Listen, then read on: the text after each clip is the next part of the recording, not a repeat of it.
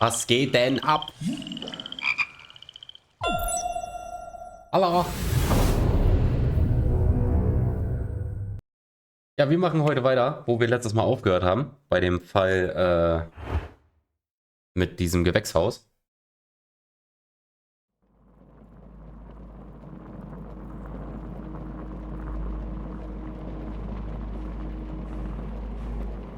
Daniel, moin. Schönen guten Abend. So. Ja, kleines Recap. Gerade für dich, weil du letztes Mal nicht dabei warst. Ja, wir haben einen Fall abgeschlossen. Der zweite spielt jetzt in einem Gewächshaus, wo es um eine Intrige geht. Beziehungsweise, eigentlich sind wir nur hingegangen, um den Diebstahl zu untersuchen von Pflanzen, der da stattgefunden hat. Und hat sich aber nachher herausgestellt, dass der Besitzer des ganzen Komplexes kurz vorher verstorben ist. Dass das aber alles irgendwie untergegangen ist in den Medien durch, durch halt den Diebstahl der Pflanzen. Und so wie es aussieht, war es Mord und kein natürlicher Tod. Weil zuerst wurde, oder beziehungsweise es wurde gesagt, der Mr., ich habe den Namen vergessen, ist gestorben, weil er einen Herzinfarkt hatte. Stellt sich aber wohl heraus, dass er wohl von einer der Pflanzen, die gestohlen wurde, vergiftet wurde. Ich weiß nicht, wie lange das jetzt dauert. Wenn ich jetzt wirklich beim letzten Mal kurz vor dem Ende beendet habe, dann knallen wir natürlich noch den nächsten Fall rein, wenn es sich noch lohnt. Ansonsten würde ich sagen, gucken wir mal auf jeden Fall in den Trailer für den Nachfolgerteil, den Devils... schieß mich tot, irgendwas mit Devil. Und in den gehen wir dann ja nachträglich rein. Aber egal, wir schnacken nicht lange, wir gucken mal eben rein. Also wir sind in der letzten Folge noch mit dem Hund durch die Gegend gelaufen und haben noch irgendwie so ein Wissenschaftsprojekt von diesem anderen Hai niedergefunden. So. Wir machen Lucky Lucky. Genau, dann, genau. Der andere hat irgend so einen komischen Eugene-Krams-Namen irgendwie gehabt. Aber den habe ich hier in der Kartei, glaube ich, gar nicht drin. Peter Carey, der schwarze Peter, das war das Opfer im ersten. Lady Brackenstall, das war von dem anderen Fall. Ja, das heißt, wir haben nur diese 3 Charaktere. Wir wissen also von dem Vater gar nichts. So, dann, wir machen gucken. Wir haben was zum Erfragen, diverse Bilder und wir haben was zum Chemikalie gucken. Okay, dann machen wir damit erstmal nahtlos weiter. Genau, das hat der Hund nämlich letztens noch für uns gefunden. Wir haben Let us determine just what we have found here. Let us pour liquid from the bottle into a test tube to perform an analysis. Das Lustige ist, dass wir das beim letzten Mal noch gemacht haben. Also der hat anscheinend ein bisschen Fortschritt ist wohl verloren gegangen.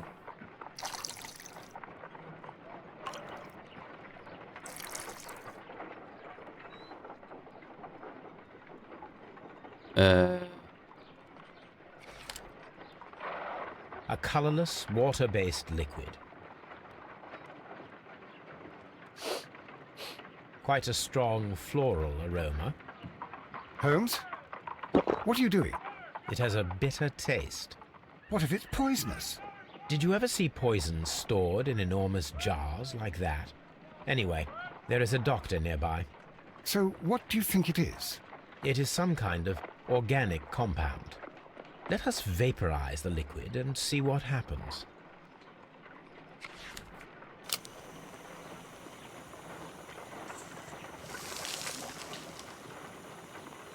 Hauptsache erstmal Echsen den Scheiß.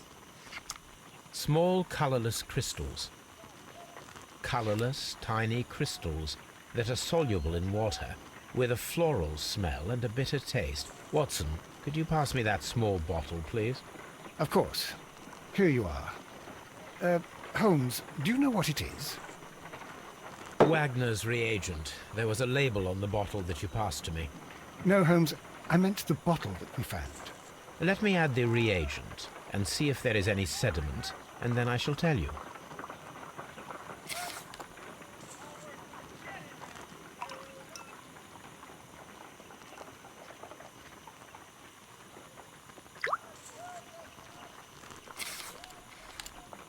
Red sediment, just as I suspected.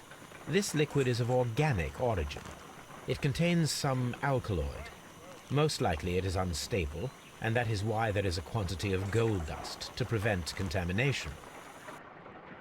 This mixture is probably a fertilizer. Someone was carrying out unusual experiments in the garden's laboratory. Okidoki. Das heißt, genau, das hatten wir beim letzten Mal noch. Im Archiv. Göttliche Gesellschaft.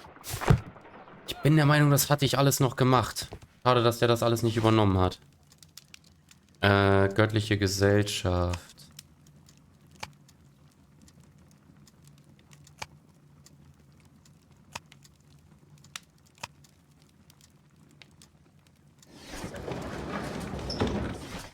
Irgendwo gab es da was, ich weiß das.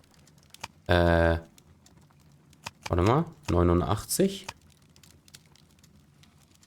Da. Ja, ich lese das jetzt nicht nochmal vor. Das kommt mir alles so bekannt vor. Ich habe das letzte Mal, glaube ich, schon gehabt. Ich glaube, jetzt konnte ich zu den... Perfect. It is time to find out what they have against Montague Dunn. Montague hieß der. Genau, das hatten wir beim letzten Mal nämlich noch gekriegt.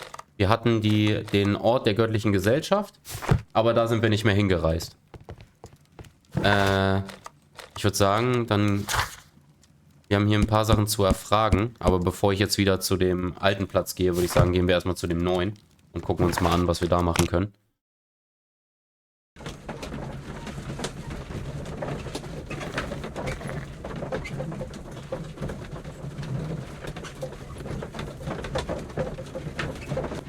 Also wie gesagt, der Typ hat ein komplettes Labor in diesem Dings gehabt. This place is beautiful, Holmes. Its atmosphere is remarkably soothing. Let us find someone who could help us.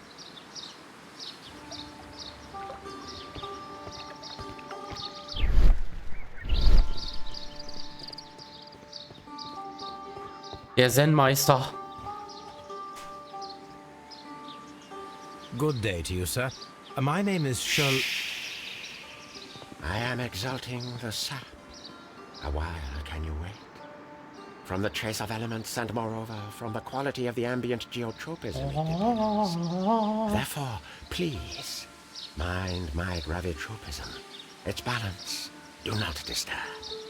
Disturbed is most definitely the word. There. Completed is the symbiosis. Welcome you are. To introduce myself I shall. I am the Green Grand Mystic. The Green Grand Mystic himself. This is me. Who am I speaking to? We are two gentlemen who are extremely interested in the vegetation philosophy that is advocated by this establishment. Listening to you, I am. Erstmal Analyse, den komischen Vogel, ey. Bestimmt ein Yakuza.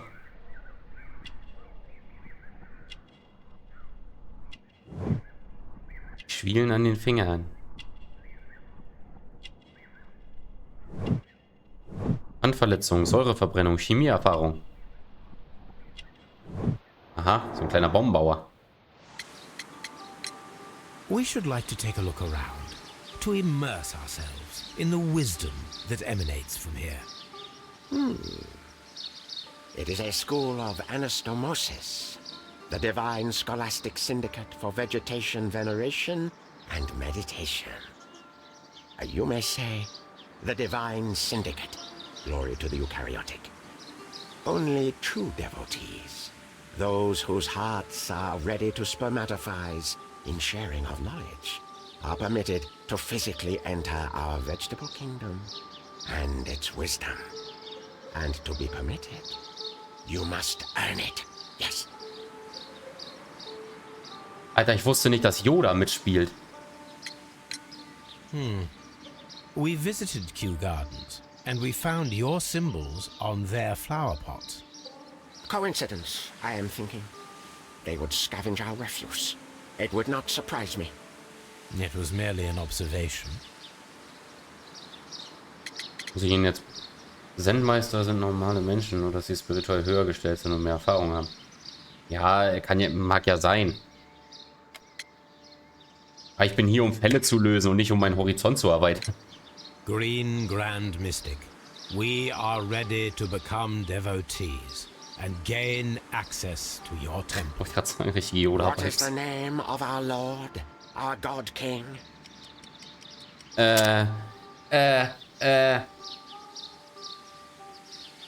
Trevan war das, genau. Our God King's name is Trewan, Green Grand Mystic. Oh la, good, good, I like you. Here is the holy key to the wisdom place. Holy donation can you make whenever you so wish. Thank you so much. I pray you to taste our fertilizer substance. From the burdens of life it helps to free. But of course. Raw sap, it is called. It is near the entrance. Well, we will leave you to your meditation. Verabschiede mich von ihm, Hongkong.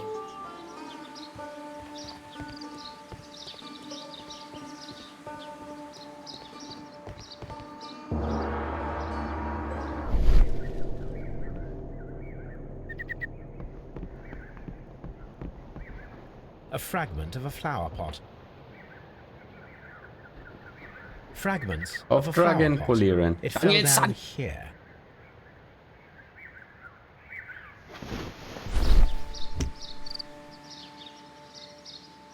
The Kew Gardens symbol.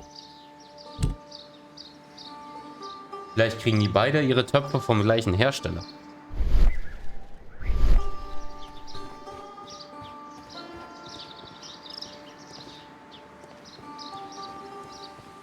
Laufe ich jetzt einmal im Kreis oder ist hier noch was?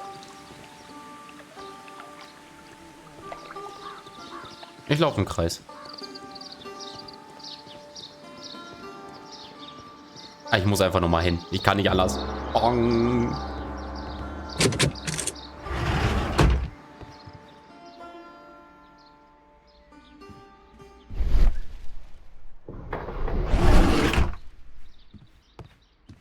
Watson, du kannst mich doch nicht allein lassen mit den Verrückten.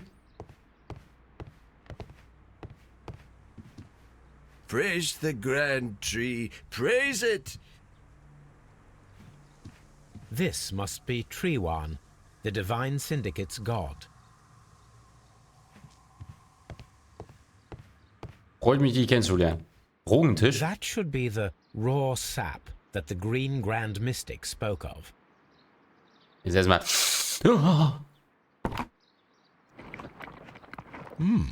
It is rather delicious and of an excellent quality. My word, Holmes. Their sap is like a form of cocaine. Alles klar.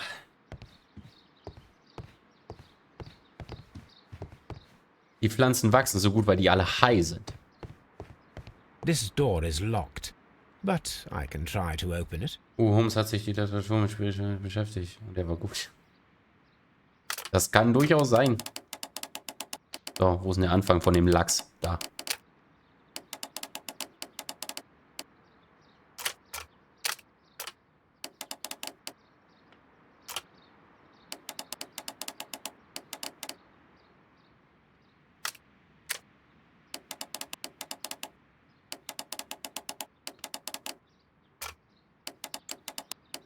Wieso bewegt sich denn jetzt der ganze Schinken hier mit?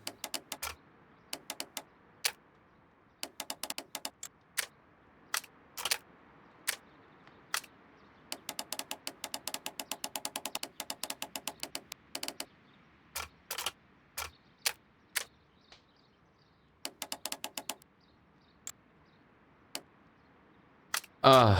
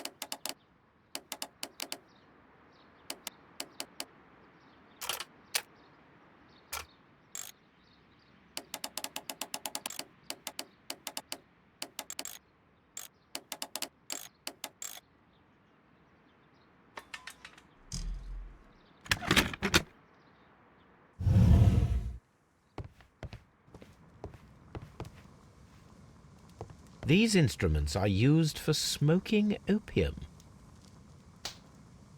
Gibst du Opium, bring Opium. Was ist das? Ich habe gesehen, dass da was geflackert hat. Oder war das nur die Tür? This substance is an alkaloid, the same as in the bottle we found in the bushes at Kew Gardens. Chemicals, a sufficient quantity for some serious experiments. That would be enough to perform the most difficult of chemical experiments.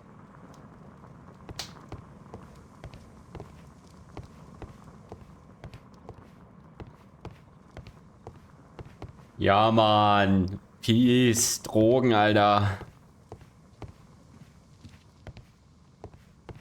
Habe ich jetzt alles gefunden hier?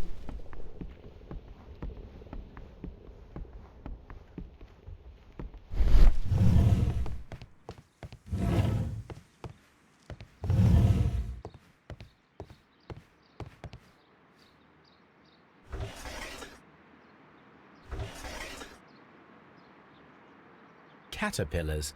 They are raised as food for certain plants. Let's take them.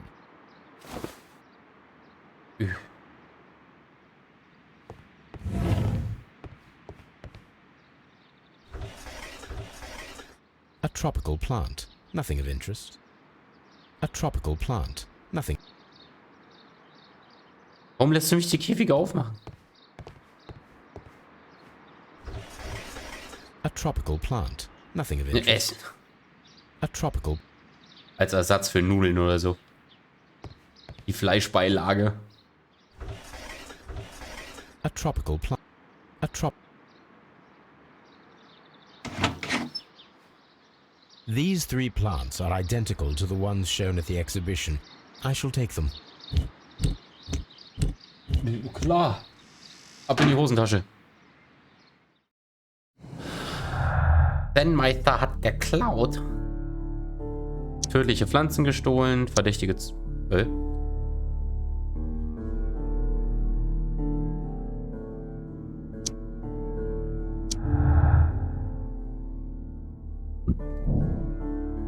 Mit Pflanzen experimentieren.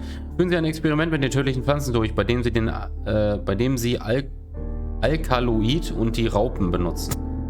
Opium war damals ein mega großes Problem in Großbritannien. In jeder Ecke konnte man kaufen und die Polizei hat sich schmieren lassen, sodass sie wegschauten. Ja. Das ist damals andere Zeit, Hitler und Dinos. Ach, das war schon alles. This green, grand, mystic fellow seems rather suspicious, Holmes. We should search every... You came to make a donation? Glory to Tree One!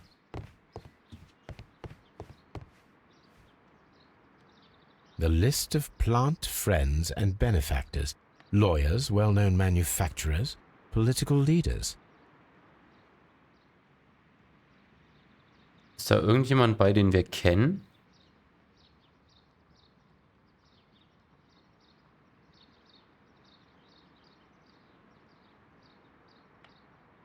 Hm.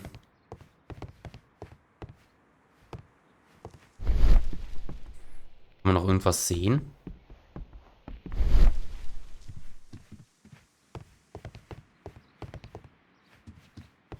Warte mal, was haben wir denn jetzt alles? Wir haben was zum Dings. Wir haben da was. Wir können höchstens noch mal jetzt mit unserem Zen-Meister sprechen, ob der jetzt vielleicht noch irgendwas hat.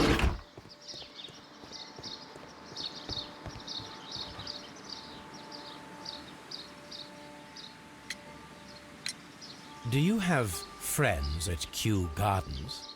None. Not worthy there.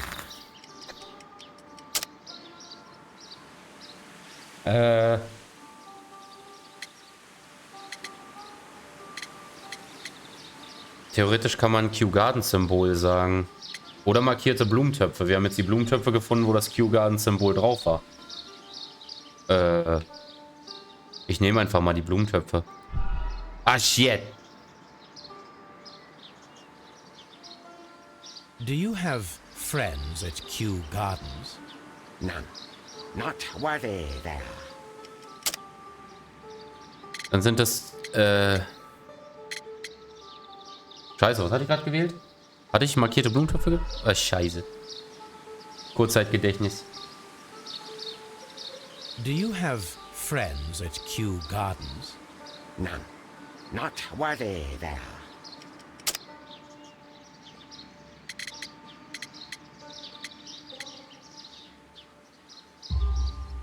Nevertheless, we have seen Kew Gardens flower pots in your yard.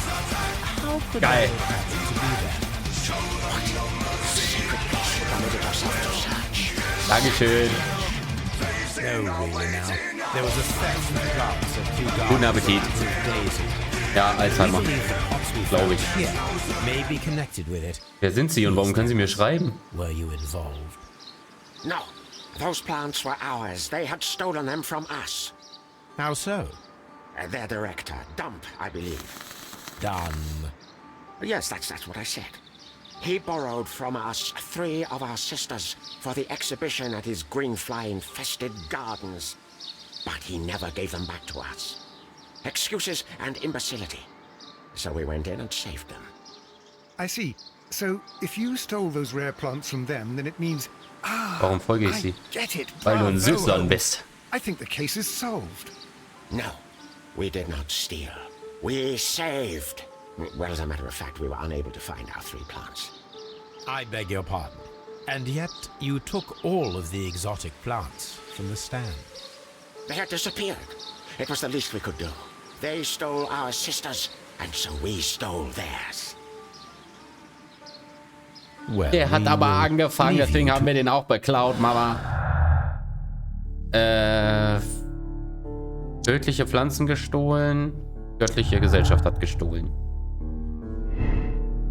Sekte stahl alles. Die göttliche Gesellschaft stahl alle Pflanzen, auch die tödlichen. Sie könnten sie eingesetzt haben, um Montague Dunn zu ermorden. Teilweise Diebstahl. Die göttliche Gesellschaft stahl nach der Ausstellung alle Pflanzen bis auf die tödlichen. Ja gut, weiß nicht, hören wir auf unseren Zen-Meister?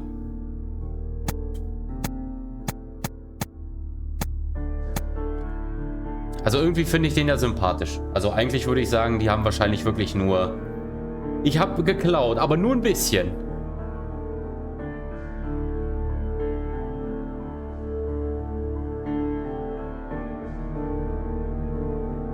Hört auf. Jo, dann lassen wir das jetzt mal eben so.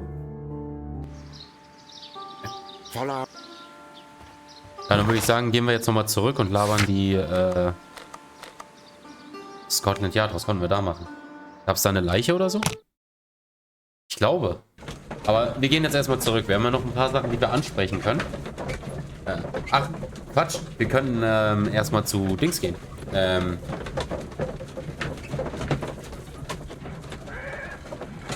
Mann. Wir haben nur noch das Experiment mit den tödlichen Pflanzen.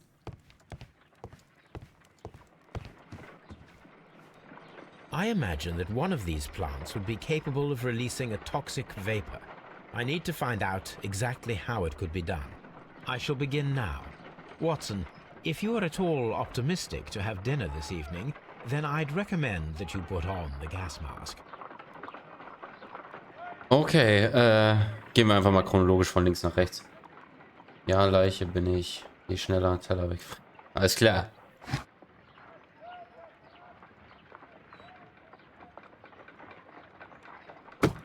Hä?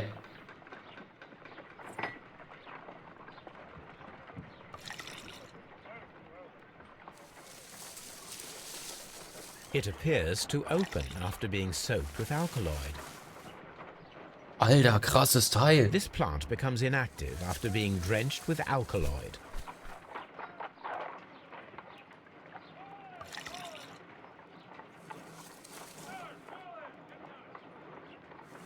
This plant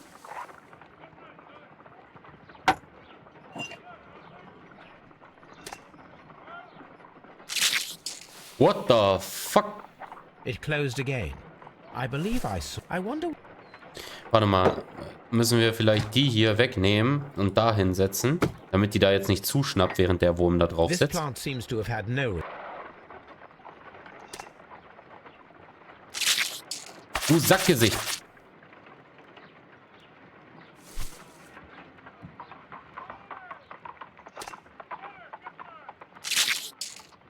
I find the behavior of predators utterly fascinating.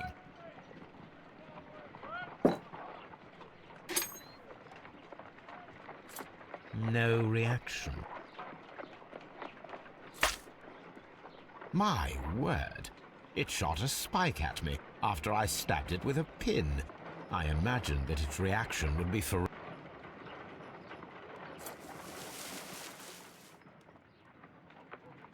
It appears to have fallen inactive after being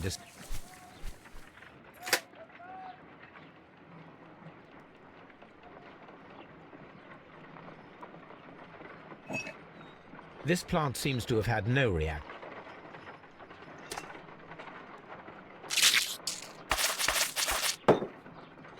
Warte mal, muss ich die vielleicht wieder nehmen? Von der fleischfressenden Pflanze weg und jetzt da was This drauf plant machen? seems... Nein, die nimmst das doch wieder weg! Du bist ein ekelhafter, du Schwein!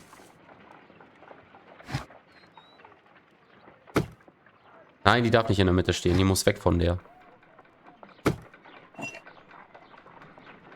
This plant...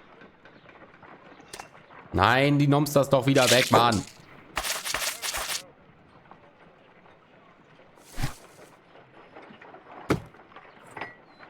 This plant seems...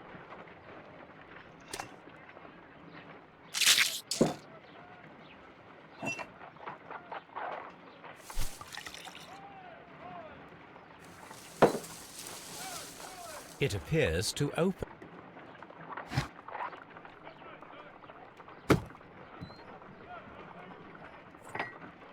This plant seems...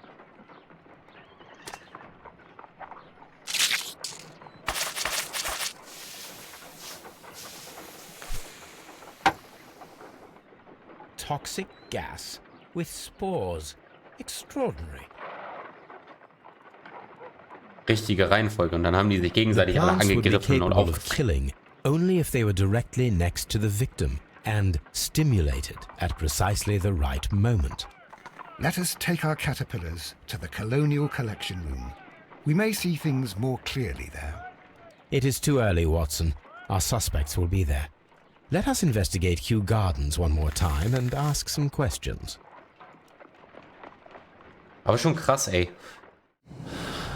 Ich stell dir vor, du hast sowas im Wohnzimmer.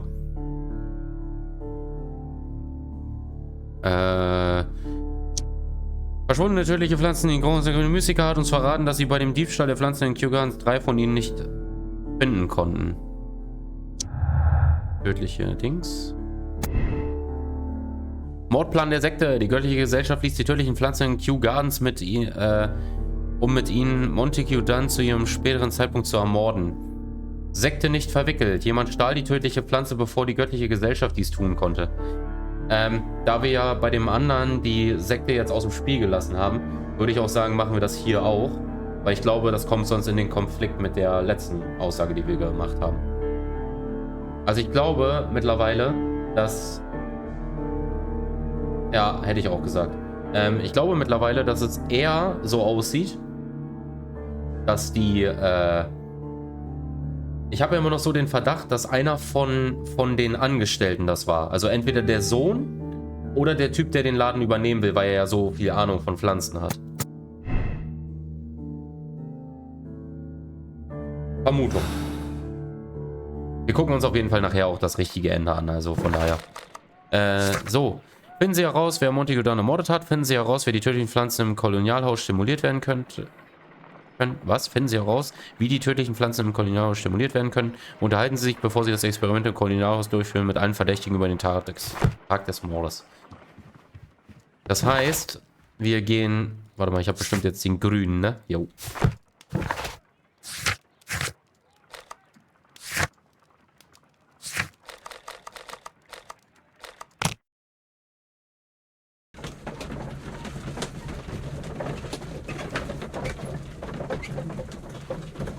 Weil ich...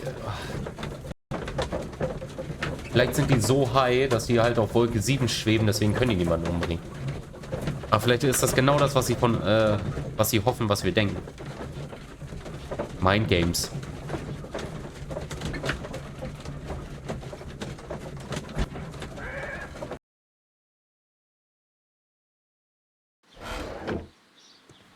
So, da ist nämlich der Erste. Das ist ja der Heini, der denkt, oh, ich bin so ein Geiler, ich will das haben, hier alles. Mr. Hamish, was someone from your family connected with Kew Gardens? Family? No. I'm the only one with a passion for botany. Wir haben ein Foto von ihm gefunden. I do not think so. This photograph of you and your father at Kew Gardens suggests the Ja, aber schlecht, das opposite. kann man nicht machen, sowas nicht. But you have no right to. Do tell us more about your father. He was, indeed, the greatest botanist of his time in the British Empire. He worked together with Montague Dunn until the end of his life. He brought me in at the age of 12.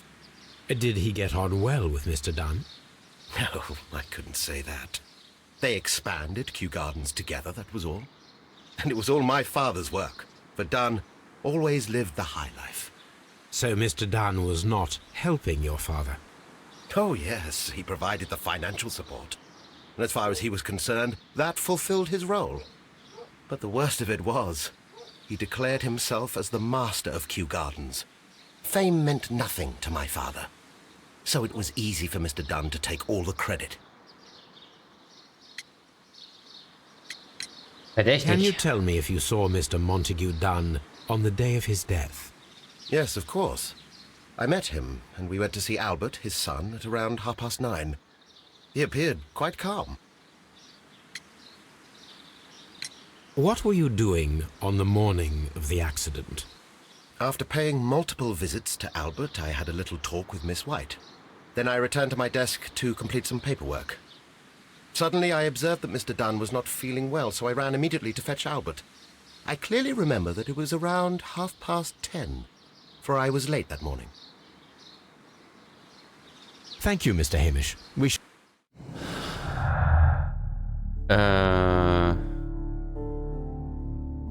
Hamishs Wut. Die Vorbereitung der natürlichen Pflanzen stellt einen komplexen Vorgang dar. Das Opfer musste sich in der Nähe der Pflanzen befinden, exakt im Moment stimuliert werden konnte. Melton Hamish will unbedingt der neue Direktor von Kew Gardens werden. Er glaubt, dass er den Posten verdient und hofft, dass er den Ruf der Vater. Das klingt sehr plausibel. Hamishs Motiv. Martin Hamish hat ein Motiv. Er glaubt, Dunn habe ihm und seinem Vater das Leben ruiniert, indem er das ganze Lob für ihre Verdienste eingeheimst hatte. Hamish wollte die Leitung der Gärten übernehmen, wusste jedoch, dass das nicht möglich war, solange Dunn lebte. Es ist ein Motiv. So, Albert, die Pfeife war hier.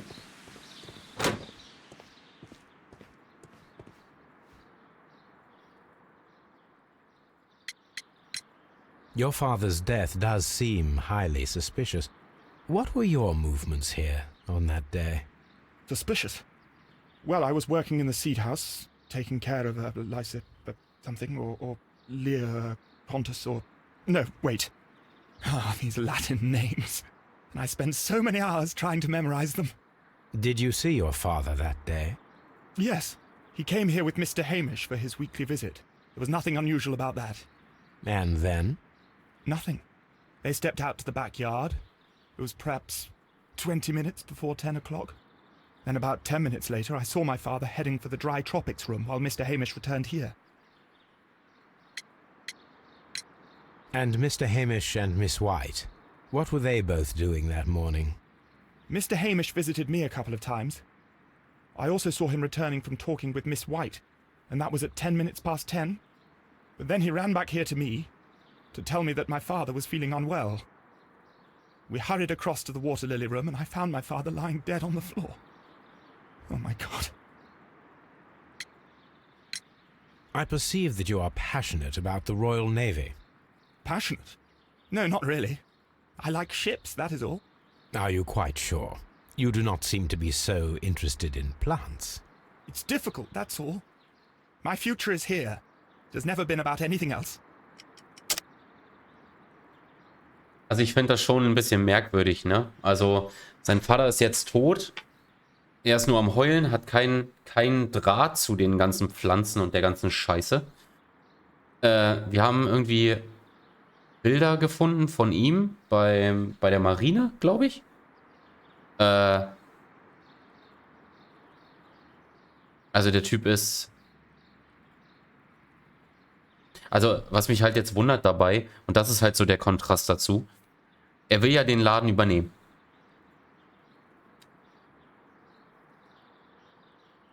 Aber wenn er jetzt wirklich die Ambition hat oder eigentlich nur darauf aus ist, oder beziehungsweise wenn ihm die Marine viel mehr Spaß macht, dann wäre es ja theoretisch, es sei denn, er ist dem Geld hinterher. Ich denke mal, so ein Garten, wenn du den erstmal hochgezogen hast, das bringt bestimmt Kohle.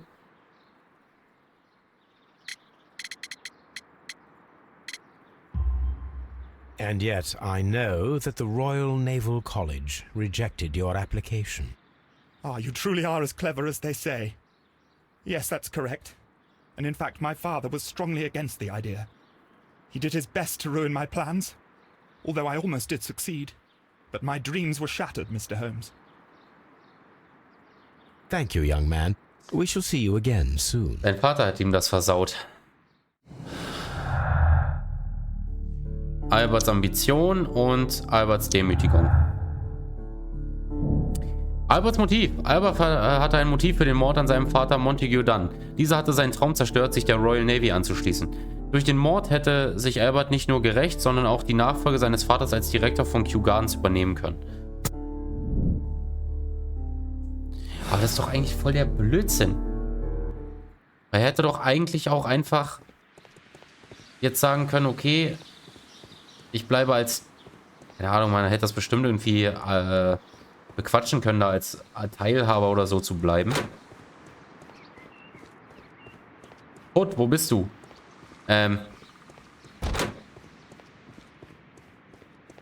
Und dann halt einfach zur Navy gehen. Jetzt, wo der Vater ihm nicht mehr im Weg steht. Oh, ich weiß nicht mehr, wo die Olle ist. Da.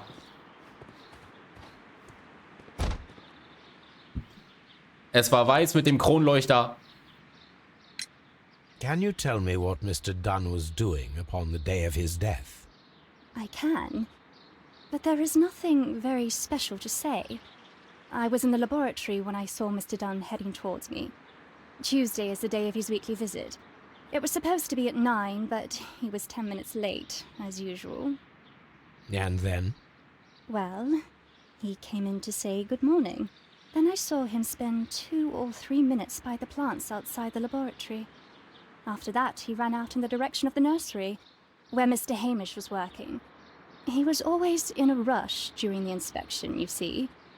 I would pity anyone who stood in his way. And that was the last time you saw him? Yes. I stayed in the laboratory until 20 minutes to 11, when I heard the cries of Albert to Mr. Hamish from the large glass house. I joined them as soon as I could, for I knew that something must be very wrong. What exactly were you doing in the laboratory? I was recording an experiment for my thesis.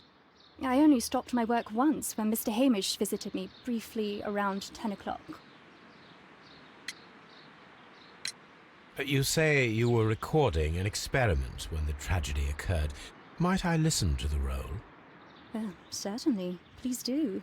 You will find it in the laboratory. It is number 320. Thank you, miss. Die ist gut. Die ist Everyone gut. has gone, Holmes. The way is clear. Wie, was, hä? Wollt die Aufzeichnung lesen, Mann?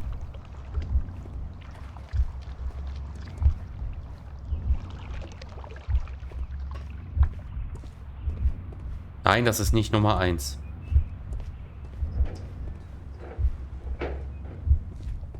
Sporen einatmen. Nee, nee, nee, das ist falsch. Wohl, doch, ist richtig, oder? Dann hier aus dem Zimmer fliehen. Stolpern und sich den Kopf anhauen.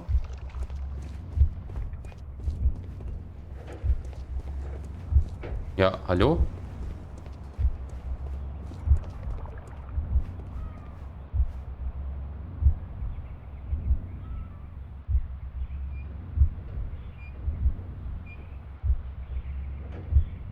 Ich hab so viel getrunken, mein Freund. Ah!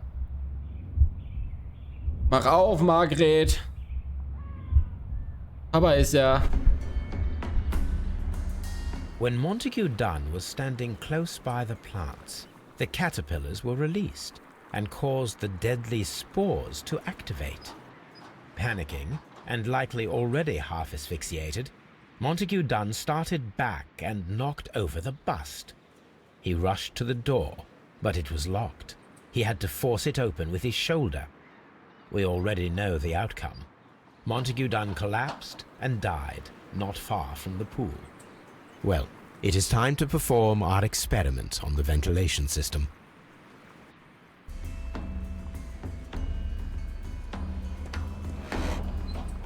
The caterpillars could only fall from the ventilation duct. Our caterpillars are in place. I'll Als activate the ob die da ventilation system durchkrabbeln so im that they fall perfekten down. Zeitpunkt, wenn er daran Watson, schnüffelt, stay here Alter. and observe. All right, Holmes.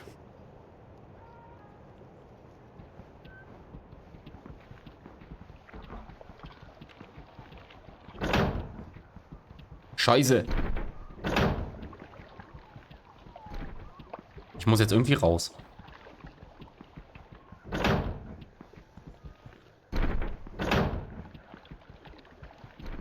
Also auf jeden Fall das Rohr jetzt gerade zu meiner Rechten.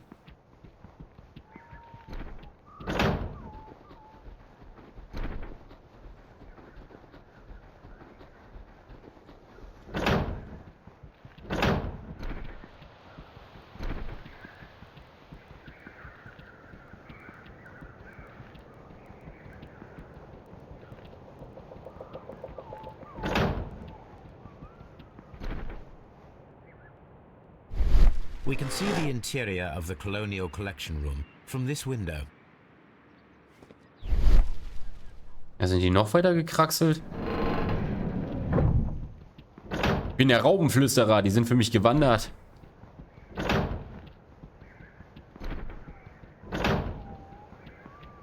Als ob.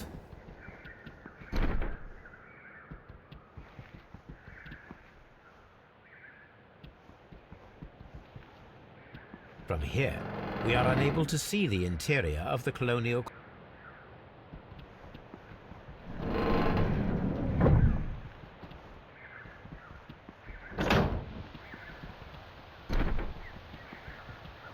Ach, hat man die da durchgepumpt oder was?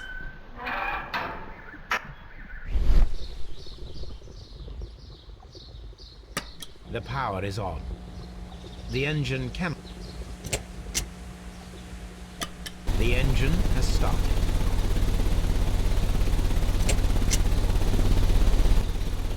The ventilation system is working.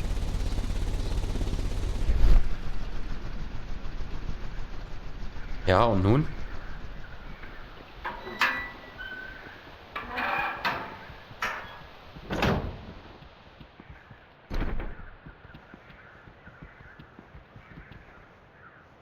Excellent. This ventilation fan is working. Let us see if I can activate the other one. From here. Ja, ja, ja, ja. Lass mich in Ruhe.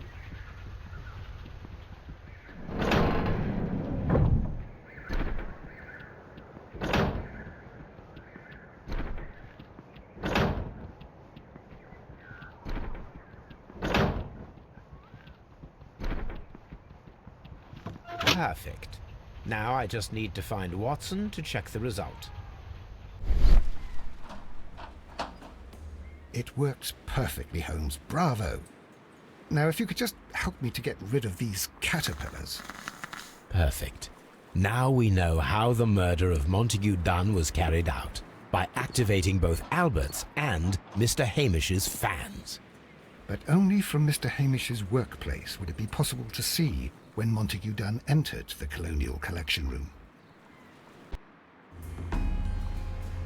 Boah, wäre das jetzt eine Scheiße, wenn die alle zusammengearbeitet haben, ne? Obwohl, das kann ich mir nicht vorstellen. Tödliche Präzision. Belüftung wurde genutzt. Hamishs Gelegenheit. Martin Hamish hat die Gelegenheit, die tödlichen Pflanzen im Kolonialhaus zu stimulieren. Als Biologe hätte er genau gewusst, wie das zu bewerkstelligen ist. Alles fügt sich. Hamish ist schuldig. Martin Hamish könnte der Täter sein. Er hatte die Gelegenheit, die Pflanzen der göttlichen Gesellschaft zu stehlen und sie von einem Arbeitsplatz aus zu stimulieren. Unmittelbar, nachdem er Montague dann im Kolonialhaus eingeschlossen hatte. Hamish verhaften lassen. Sorgen Sie dafür, dass Martin Hamish verhaftet wird.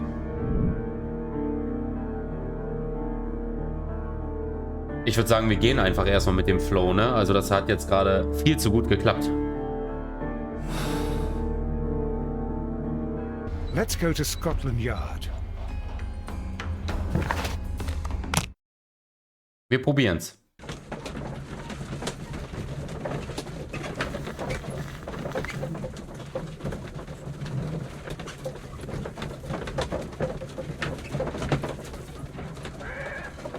Ich schwöre, grüne Rache.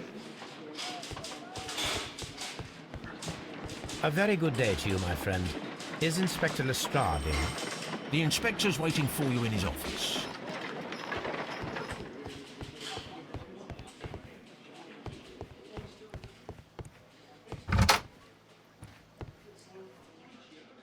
Inspector, I believe that Martin Hamish is guilty of the murder of Montague Dunn. Aha! I knew it. I'll send the lads around to arrest him. Very good. I shall wait to hear from you.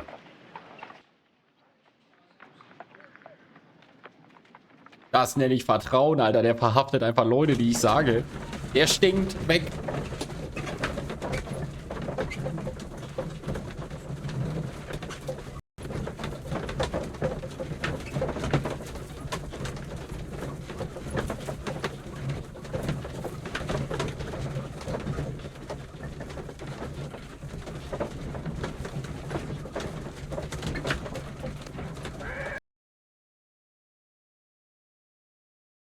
Inspector, I came here as quickly as I could. Martin Hamish is in the large glass house. There's no need to hurry.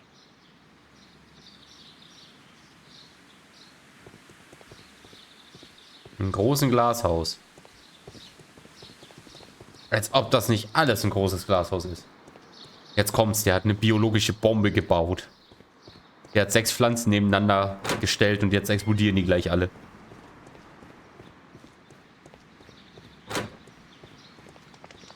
Er ist tot? Meint ihr?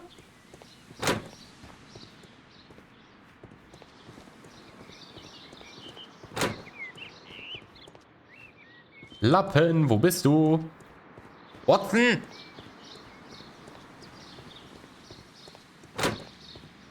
Nee.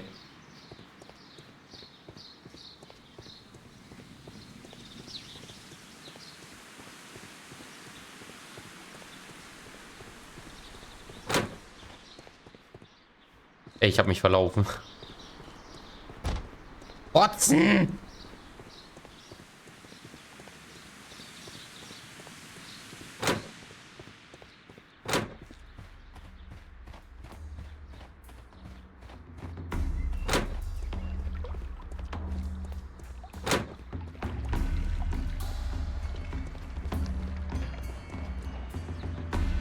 Oder wir müssen gleich entkommen. Dass der uns eine Falle stellt, weil wir ihm auf die Schliche gekommen sind. Probiert er das gleiche bei uns. Holmes, my God! Yes, we found him like that. Our messing around with the ventilation system didn't go unnoticed. Mr. Hamish realized that we knew. Inspector, could you arrange the body, please? I should like to examine it.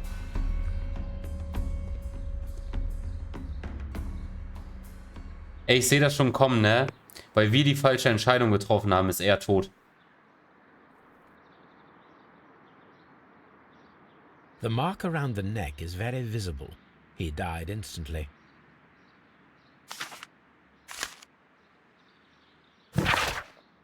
Mein Leben ist mittlerweile die Hölle. Es ist nicht zu ertragen. Dann hätte es verdient zu sterben, aber ich kann es mir nicht verzeihen, dass sein Blut an meinen Händen klebt. Wir von der Familie Hamish sind immer Opfer unserer Umstände geworden und ich selbst bilde da keine Ausnahme. Ich muss für meine Sünden büßen und das werde ich hier jetzt tun. Lebt wohl. Okay, er war's doch. Hamishs Geständnis. Tödliche... Na?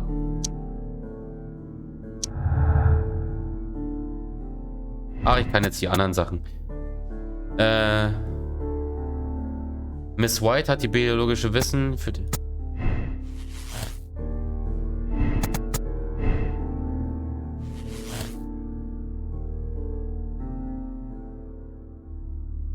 Muss ich jetzt noch alles andere zusammenführen? Aber Albert ist unerfahren, der weiß ja nicht mal die lateinischen Begriffe von den Dingern, oder?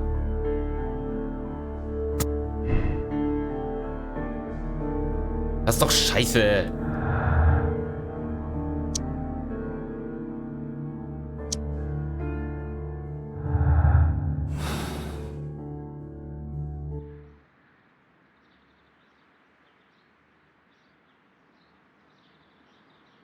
Holmes, his left shoe is unique. This anomaly is often a characteristic of... A club foot. Bravo, Watson. That is the key element of this case.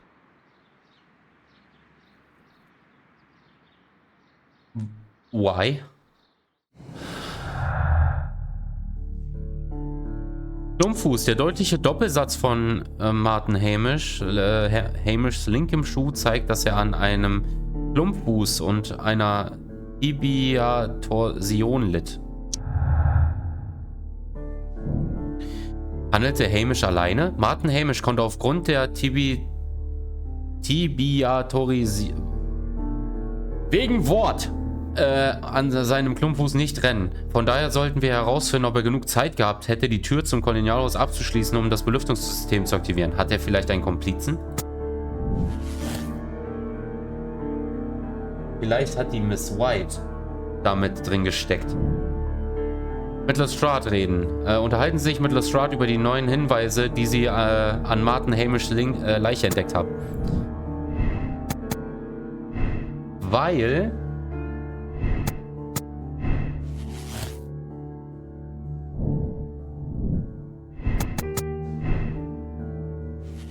Irgend so ein Schlingel war damit bei. Uns fehlt noch irgendwas.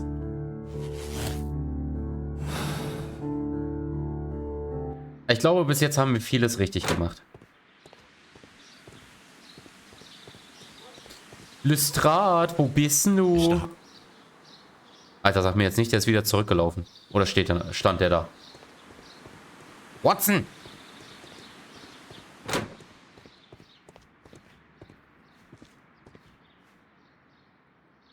Something about this rings very oddly. Why do you say that, Mr. Holmes? Why? Because of Mr. Hamish's club foot. Oh, I deserve to be kicked from here to Charing Cross. I should have noticed it. But, Mr. Holmes, I can't see why. No, I don't suppose you do. You must recall that Mr. Dunn was locked inside the Colonial Collection Room by the murderer. If it was Mr. Hamish, he would have had to run up to his workplace to trigger the fan situated above it, taking into consideration the condition of his foot. Well, it is still possible. Perhaps, but it is rather strange that such a person as Mr. Hamish decided to base his plan on the speed of his gait. You mean to say that somebody helped him? So the suicide is questionable? Correct. Mr. Hamish accuses only himself in his letter, and so the investigation stops. Possibly an accomplice, then? That idea had not occurred to me, Mr. Holmes. I have another idea, Inspector. Thanks to the testimony that we have collected, we are able to rebuild the events as they took place that day. With a timeline, such as we did in the Jack the Ripper case. Precisely. The map at the entrance of Kew Gardens should help us with our timeline. Let us analyze the facts and statements so that we may recreate the events of that morning. So. Martin Hamish und Montague Dunn trafen sich gegen 9:30 mit Albert im Saathaus.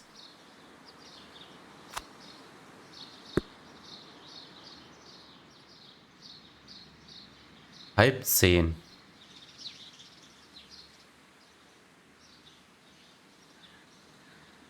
Das ist Albert. Genau. Luki, danke für dein Like. Schönen guten Abend. Grüß dich. So, Martin Hamish kehrte ins Saathaus zurück. Um ca. 20 vor 10 ging Hamish und Montague Dunn in den Hinterhof. Nach 10 Minuten setzte Dunn seine Inspektion fort und betrat das Wüstenhaus. Hamish kehrte zurück ins Saathaus. Um ca. 20 vor 10 gingen Hamish und Montague Dunn. Montague Dunn und Hamish gehen in den Hinterhof. Um 20 vor 10.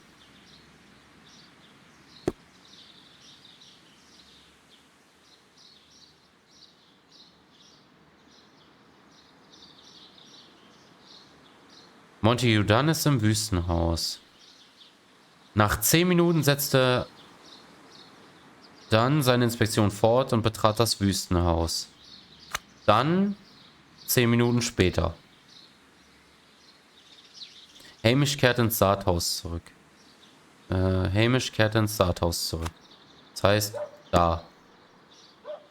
Martin Hamish hatte um 10 Uhr eine Unterredung mit Miss White.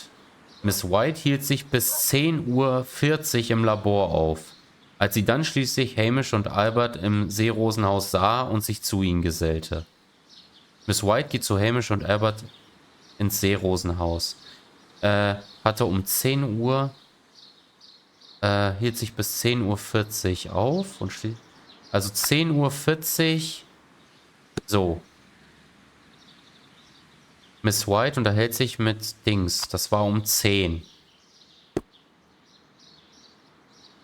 Hamish lief sofort zu Albert, als er sah, dass Montague Dunn nicht gut ging. Das war gegen 10:30. Was bis?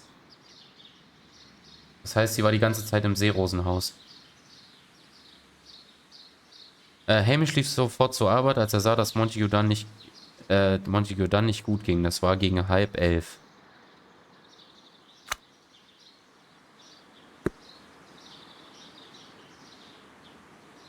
Albert hielt sich den ganzen Morgen im Saathaus auf. Um 10:10 sah er, wie Hamish von seinem Gespräch mit Miss White zurückkehrte.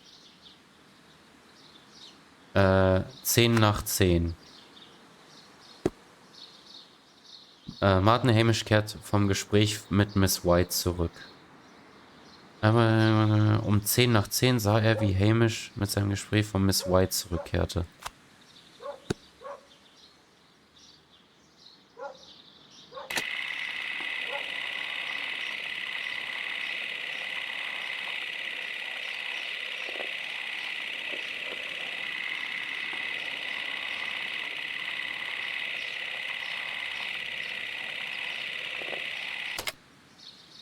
Let us summarize.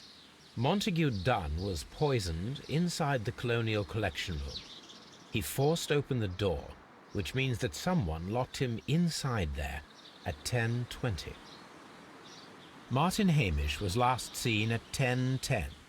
This means that he has approximately 10 minutes to lock the door of the Colonial Collection Room. Given that he was club-footed, it is doubtful. Albert also has 10 minutes to lock the door of the Colonial Collection Room, which is quite enough time. Miss White was last seen at 10 o'clock, which means that she had approximately 20 minutes to lock the door. More than enough time. Perfect, Watson. Now, let us ascertain who assisted Martin Hamish in killing Montague Dunn. Ich zum Beispiel, ich hätte nämlich auch gesagt, die Miss White, für die Leute, die das jetzt letzte Woche nicht mitbekommen haben, die hat ja Schulden bei dem Dunn. Beziehungsweise, vielleicht ist er auch so ein kleiner Lustmolch und hat ein bisschen mehr, wollte ein bisschen mehr als nur Aufmerksamkeit für Geld. Miss Whites Zeitachse, Hamishs Zeitachse. White hatte Zeit. Miss White hatte 20 Minuten. Das wäre genug Zeit gewesen, um Montague dann einzusperren. Sie hätte die Tür abschließen und Martin Hamish Bescheid geben können, damit dieser das Belüftungssystem aktivieren konnte. Hätte ich jetzt zum Beispiel nämlich gesagt.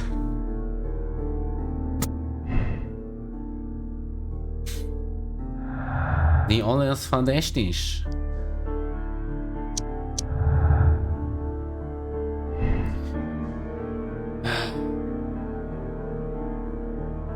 Also hier würde ich momentan sagen, ich glaube nicht, dass er da mit drin steckt. Weil selbst, also Sherlock hat ja jetzt auch gerade gesagt, dass selbst für Albert 10 Minuten eigentlich zu wenig Zeit ist. Martin Hamish und Albert Dunn sind keine Komplizen. Es ist unwahrscheinlich, dass Albert die Gelegenheit hatte und 10 Minuten hätten auch nicht ausgereicht, um die Tür zum Kolonialhaus abzuschließen. Hat er zumindest gerade so erwähnt. Also ich würde auch sagen, ich würde das erstmal nehmen. Also ich bin nämlich der festen Überzeugung, es ist die White, weil erstmal, sie hat das botanische Wissen. Glaube ich. Also, sie hat bestätigt, dass sie das botanische Wissen hat. Sie studiert das ja auch. Und erfolgreich. Ich glaube, das finde ich sehr passend. White ist eine Komplizin. Margaret White war Martin Hamishs Komplizin bei dem Mord an Montague Dunn. Ihre beruflichen Ambitionen und ihre persönliche gesellschaftliche Situation hatten unter ihrer Trennung von Dunn gelitten.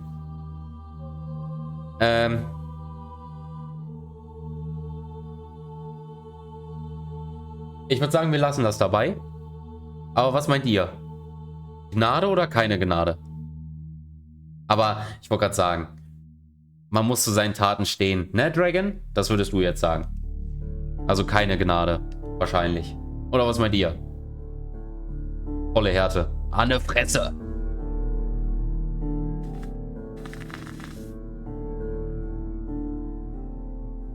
Es klingt ja da auch so plausibel, weißt du? Das sind dann zwei Leute, die das Motiv haben und die ambitioniert waren, diesen Laden weiterzuführen.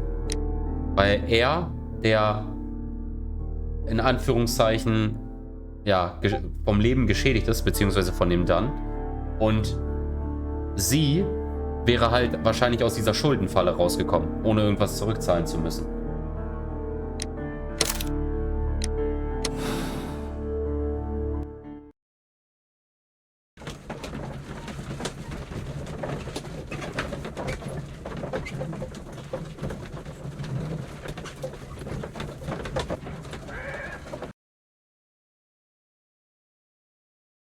But Holmes, how can you be certain that we'll find Miss White here?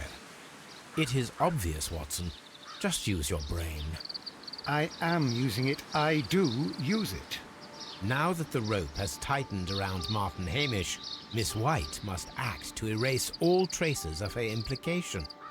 After the suicide of her accomplice, there is one final trace remaining: the deadly plants of the Divine Syndicate. She will be there. Very good. Shall we go? Just one moment. Now listen to me, Watson. I shall see her alone. You will conceal yourself behind her, quietly. Whatever are you planning? Nothing spectacular. The impulses of women have always been a mystery to me. But she is a bold one, and so we must be cautious. All right. You can count on me, Holmes.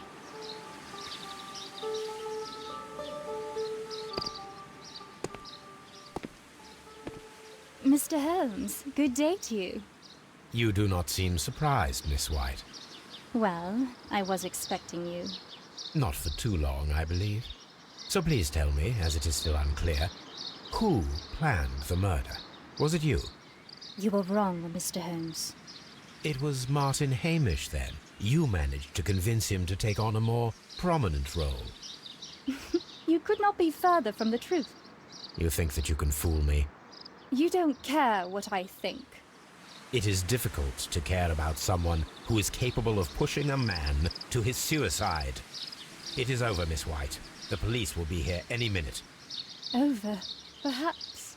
One moment you were here, and the next, you were on the other side. The other side? No! Stop!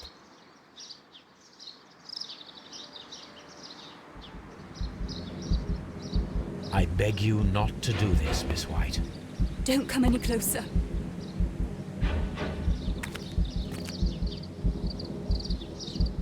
Please remain calm. We can help you. Not one step further. Don't try to stop me. Stop this foolishness. You cannot truly want to die. No, it's too late.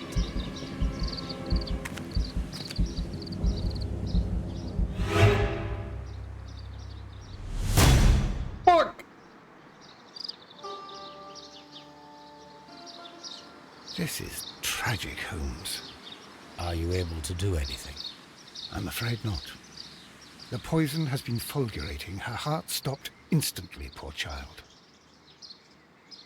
Das lasse ich nicht auf mir sitzen. Das wiederholen wir. White ist die Komplizin. 22 von 22 Hinweisen gefunden.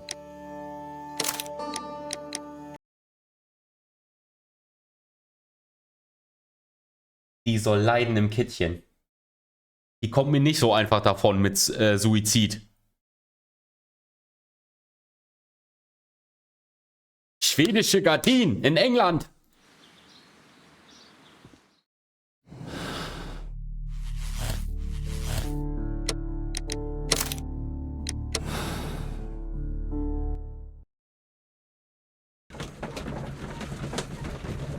Aber ich weiß gar nicht, was ich hätte machen sollen. Ich war gerade so fixiert von dem roten Punkt, der mir angezeigt wurde, dass ich halt da instinktiv drauf geklickt habe. Aber das sieht dann natürlich gleich Ex und Hop und dann... But Holmes... Ich klicke mich mal eben schnell durch. Wir haben es ja schon gesehen.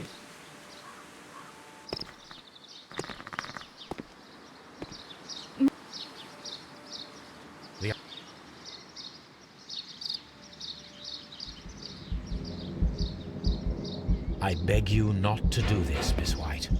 Don't come any closer.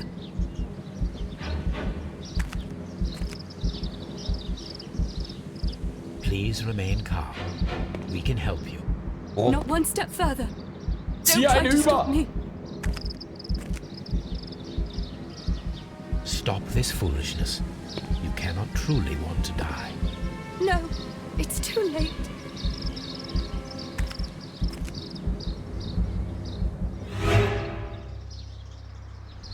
Du doofe Foot! Was soll ich machen?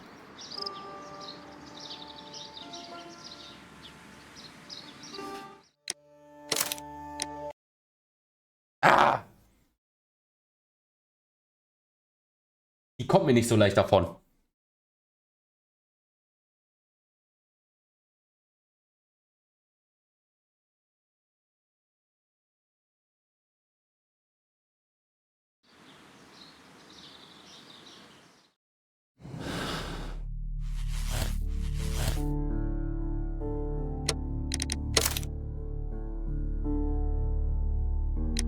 Ich weiß gar nicht, auf was ich klicken soll. Oder war ich gerade eben bei dem Roten da irgendwie nicht just in time? Verstehe ich Watson auch nicht, ne? Slap auf die Hand. But Holmes...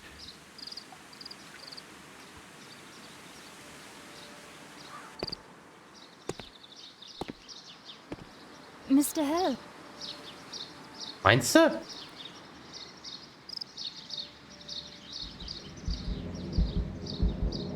I beg you not to do this, Miss White. Don't come any closer.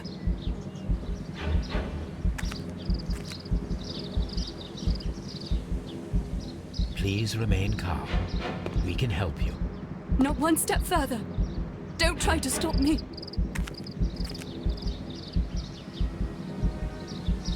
Stop this foolishness. You cannot truly want to die. No, it's too late.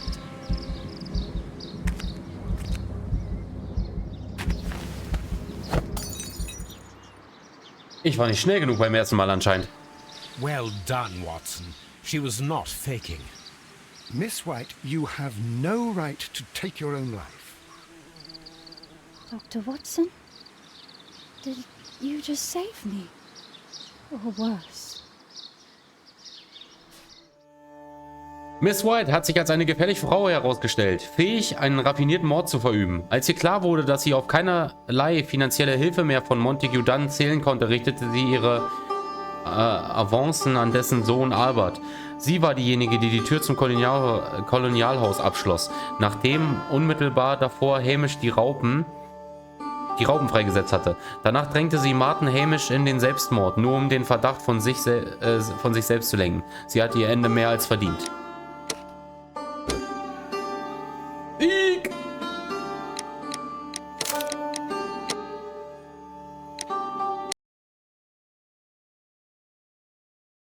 Weiter geht's. Ich wollte gerade sagen, wir haben gerade mal 1,5 Stunden. Wir haben den jetzt fertig. Wir gehen nahtlos weiter. Where are you going, Holmes? Have you been invited somewhere? We have been invited, Watson. We have. Where to? To the Baker Street Irregulars' annual dinner. They sent us an invitation. It is on the table. A dinner? How could those street urchins afford anything like that? I can't understand your interest in them, Holmes. They're dirty. They wouldn't hesitate to steal your wallet. Watson, you should be excited. It is a secret dinner. Its location changes every year. Read the menu. Sounds mouth-watering. All right. We, the secret police of Baker Street, invite you, Sherlock Holmes, and Dr. Watson to our annual dinner. Menu, entree, frozen rat-head salad. Is this a joke? Not at all. Pray continue. Main course, sow's udder in Danny Nutcracker's way. Ah, sounds disgusting, Holmes. Hedgehog goulash. Street turnips in homemade juice. And it goes on. Ah, I can hear them on the stairs now. Oh, we can't go there. We can't eat that. Watson, you'll hurt the feelings of those poor children. We have to go. Oh, Mr. Holmes. It is fine, Mrs. Hudson. Mr. Holmes! Wiggins, Dr. Watson is getting ready. He will be delighted to join us. You don't look well, my young man. Is there something wrong? Don't tell me the dinner is cancelled. Mr. Holmes, it's my brother Leighton. He's in a prison cell. They say he's killed 2 men. You have to help us, Mr. Holmes, because I know he didn't do it. Where is he now? From what I've heard, they took him to the yard, and they gave him a good beating already. You know what they're like. They'll hang him. They won't look any further. Holmes, we have to help him. And forget about the dinner? Wiggins, I'll take the case. You're fantastic, Mr. Holmes. I'll be waiting for you at the crime scene. You'll be there, right? It's on Half Moon Street in Whitechapel. Very well. Whitechapel, da kenne ich nur eine Band.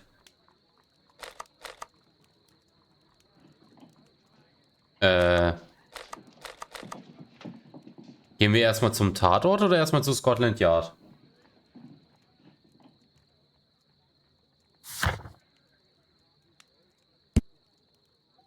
Tödliche Pflanze.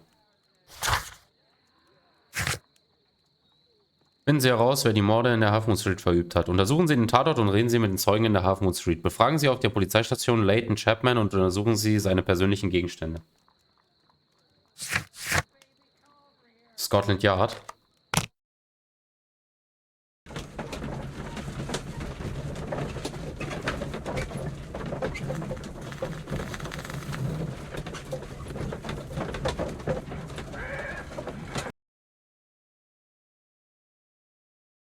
Mr. Holmes, whatever brings you here so late at night?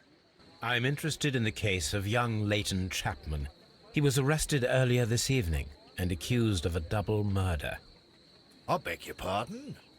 That case is quite clear to the police. Or are there any new facts that we don't know about? Who knows, Inspector? Look, you are free to investigate, of course, Mr. Holmes. Chapman was arrested with a revolver in his possession, which you can find in the evidence room. The suspect himself is in custody. Did you find anything else on his person? A few personal belongings. Nothing particular, Mr. Holmes. Thank you, Lestrade. Lass den Jungen in Ruhe, der steht unter meinem Schutz.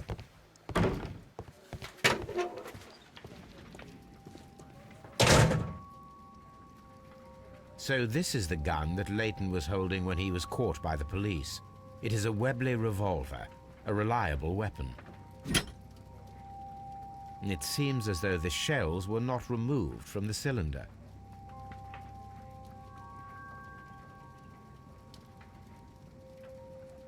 Jo, erstmal reingucken. Puff. It seems as...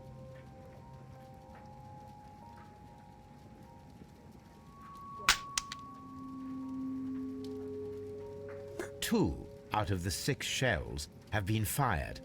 There were 2 shots.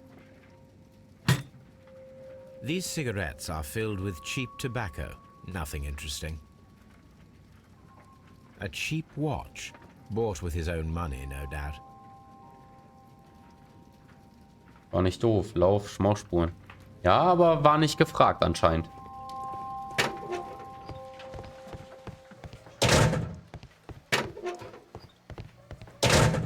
Please escort this suspect.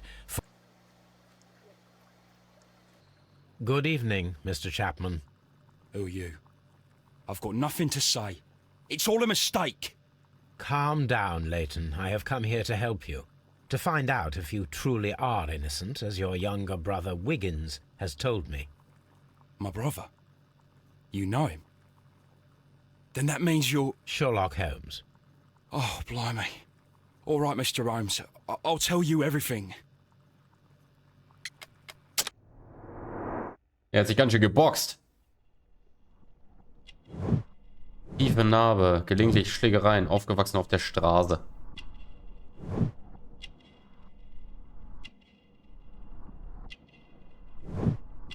Vor kurzem geschlagen, Widerstand geleistet, Hitzkopf. Ja, gemessert. Städtische Mode, ruhige Arbeit. Büroangestellter.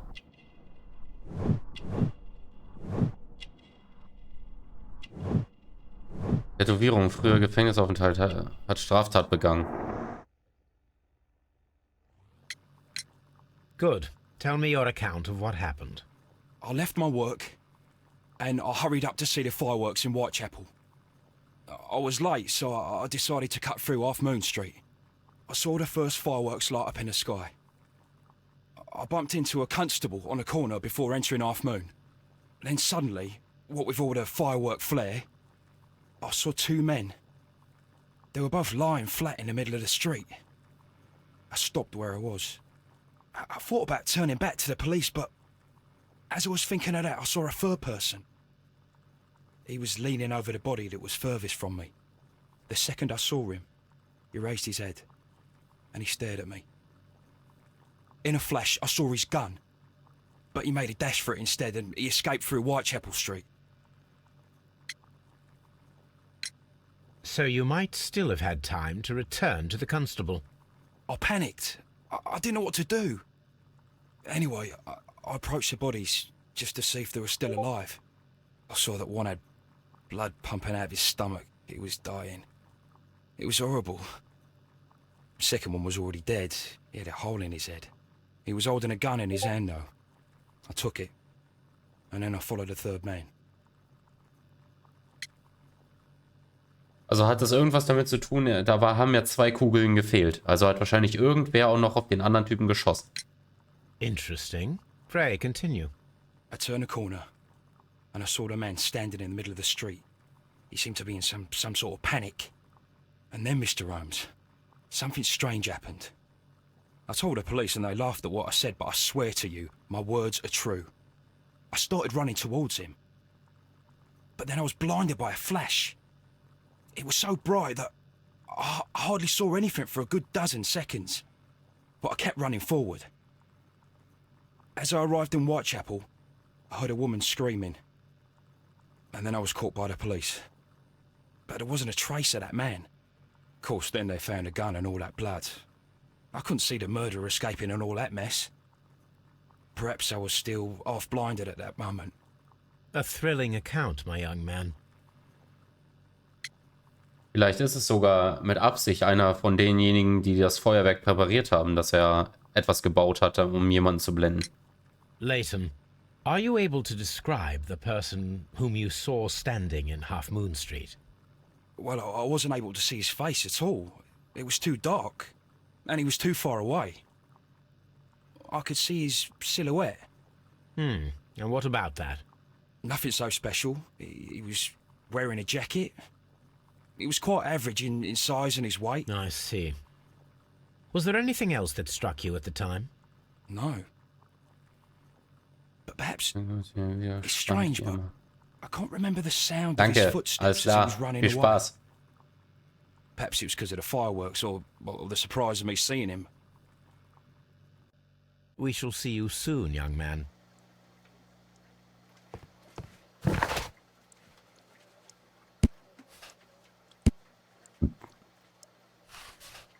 Oh, uns werden nur noch 2 Charaktere angezeigt. Das heißt, das könnte der letzte Fall sein.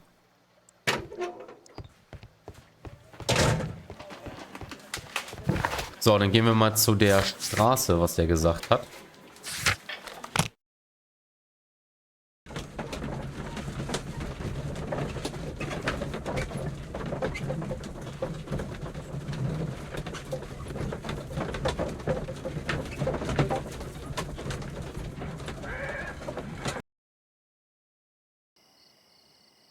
Holmes, poor little Wiggins needs our help.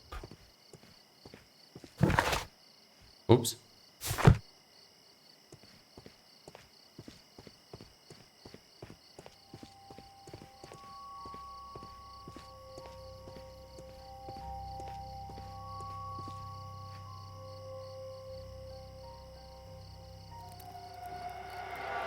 Please, gentlemen, leave the scene now. Oh, Mr. Holmes, is that you? Good evening, Constable... Constable Marrow. I was here with Inspector Aberline during the Ripper case, Mr. Holmes, back in '88. But then this is nothing like that case. With this one, we've got the murderer, the weapon, and the statements, which speak for themselves. Of course, Marrow. But you know that appearances can sometimes be deceiving. Who were the victims? The 2 men here, both shot. The stab fellow was Brian Vercotti, a well-known ruffian. The other, Kenneth Butler, a jeweller by trade. And you have Leon Schläger. Statements. You have witnesses? Well, I was there, so I gave my own statement. And then there were 2 other witnesses who said they saw the killer Chapman. Mr. Turner, a gentleman who lives in that flat over there. And Polly Powell, a flower seller, who was over at the far side of the street. So, Constable Marrow, I should be delighted to hear your testimony. I was standing at the north side of Half Moon Street. That was the side that you came from. But you would have been unable to observe this part of the street, where we are standing now. That is correct. But I saw the 2 victims slowly enter Half Moon Street, and then shortly after, the fireworks started. A few minutes after that, the fellow Chapman rushed towards me and ran into Half Moon Street. Please continue. I didn't pay attention, but suddenly I heard a woman's cries and police whistles on the other side of Half Moon Street. I rushed over there and I saw the 2 dead bodies on the ground. When I reached Whitechapel Street, I saw Leighton Chapman. He'd been caught by 2 police constables. Did you hear the shots? I didn't hear any shots. The fireworks were all over the sky. They were so loud I couldn't hear anything else. What were the fireworks in honor of, Constable? Well, today's Queen Victoria's birthday, Mr. Holmes. Ah, yes, I appear to have lost track of the days. It is May now, of course. Constable Marrow, what else caught your attention while you were running through Half Moon Street? I saw nothing but rats, and I took the time to light every corner with my lamp. Did you happen to look up at Mr. Turner's window when you were on Half Moon Street at that time? Yes, I saw that the window was open, but no one was there. It was dark in the room. Constable, your statements have been of great value to me. Es war dunkel.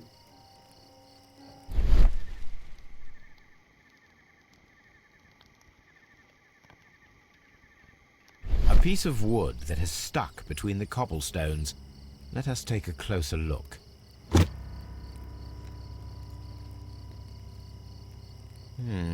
This shard of wood is quite new. The bullet struck his head. This man didn't stand a chance. Okay, mit einem Revolver aus ich weiß ja nicht, wie weit er weg stand, aber wenn er jetzt mal von einem Revolver einen auf die Fresse kriegst, dann...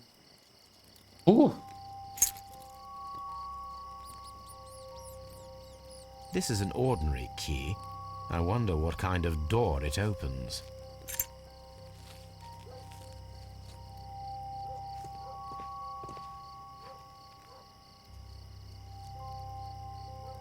He tried to stop the bleeding with his hand. Death was not instant. The bullet penetrated his stomach, a dreadful wound.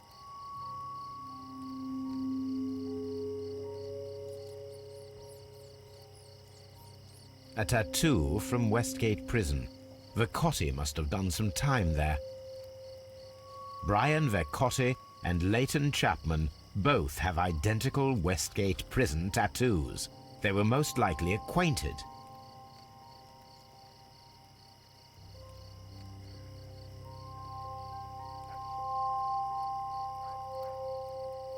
Brian Vercotti suffered greatly. What a terrible way to die.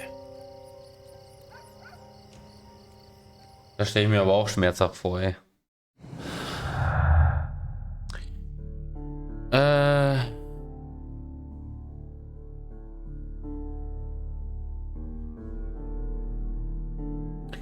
Brian Vercotti und Kenneth Butler wurden erschossen in der dunklen und engen Half Moon Street aufgefunden, die zwischen der Great Alley Street und der Whitechapel Street liegt.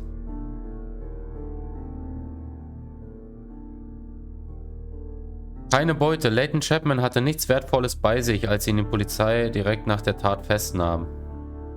Leighton Chapman beugte sich jemand über die Leiche, als er im Tatort ankam. Leighton nahm eine Waffe von einer der Leichen und folgte dem Fremden, wodurch er wurde dann aber von einem grellen Licht geblendet. Keine Beute. 2 Opfer? Nee. Leighton's auch. Leighton hatte einen Revolver, mit dem 2 Schüsse abgegeben worden waren, bei sich, als er nach der Tat in der Half Moon Street erwischt wurde. 2 Opfer dazu? Doppelmord. Kenneth Butler und Brian Vercotti sind Opfer eines Doppelmords geworden, der von einem einzelnen Täter begangen wurde. Können wir noch irgendwas machen? Wir gehen erstmal raus. Wir gucken erstmal, ob wir noch irgendwo anders hingehen können. Bist du der Lappen, dem die Wohnung gehört? Good evening, Mr. Turner. I heard Constable Marrow reply to you as Mr. Holmes. Are you that detective gentleman? I've heard of you. And well, I know things about this evening. Excellent. Might we hear your story? Erstmal Analyse. Ich muss wissen, mit wem ich mich hier abgebe.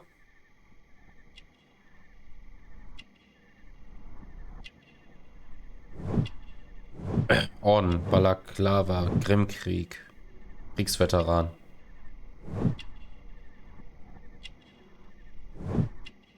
Braucht Stütze, schwaches Bein, hinkt.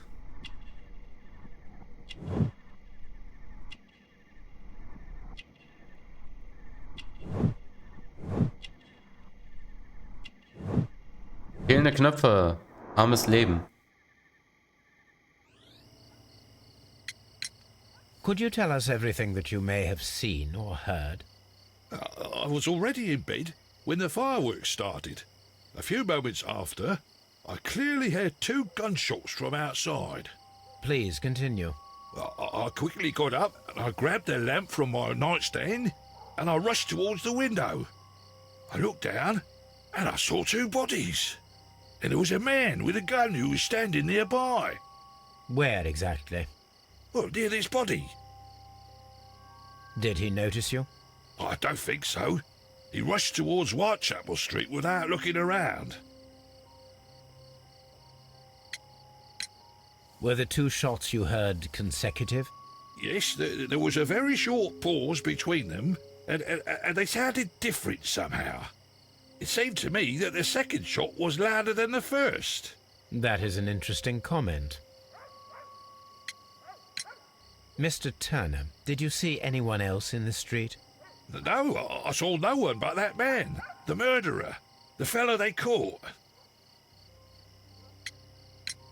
Mr. Turner, what were your actions after you stepped up to the window? I was afraid that the man with a gun might return, so I stayed close to the window till I saw the policeman coming in the Half Moon from Whitechapel. Then I walked out to tell them everything I saw. You have helped us a great deal, Mr. Turner.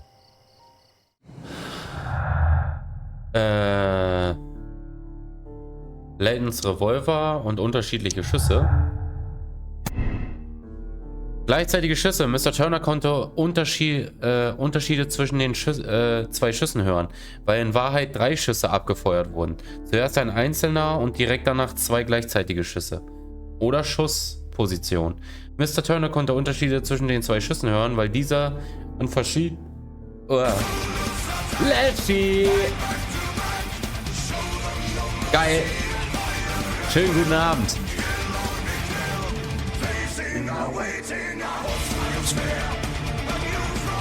Was geht?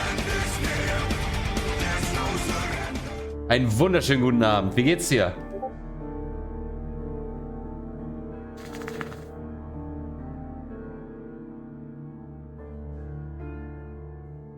So, ich würde aber sagen, wir nehmen erstmal lang nicht gesehen und doch wiedererkannt. So sieht das aus.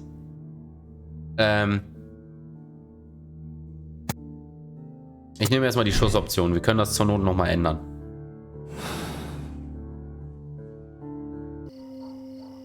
Oh, ich kann noch was tun. Da hat er aber einen Kahlschlag im Gesicht gemacht. Ja, das stimmt. Es ist zwar gerade ein bisschen Bartschatten da, aber morgen verschwindet der wieder.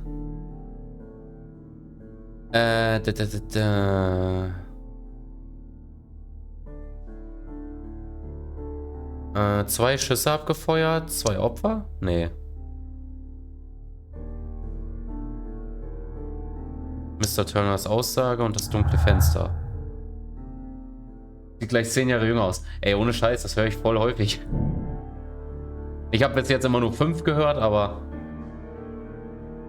Mr. Turner hat ausgesagt, dass er an seinem Fenster gestanden hat, bis die Polizei eintraf. Das widerspricht jedoch Constable Morrows Aussage, der niemanden am Fenster gesehen hat.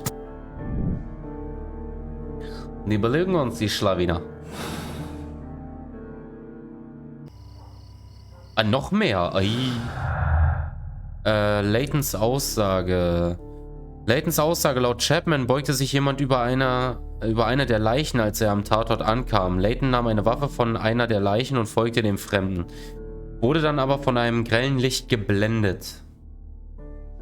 Laytons Revolver. Layton hatte einen Revolver, mit dem 2 Schüsse abgegeben worden waren, bei sich, als er nach der Tat in die Half Street erwischt wurde.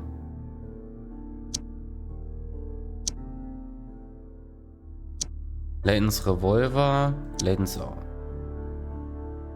Layton Chapman hatte nichts Wertvolles bei sich, als ihn die Polizei direkt nach der Tat festnahm.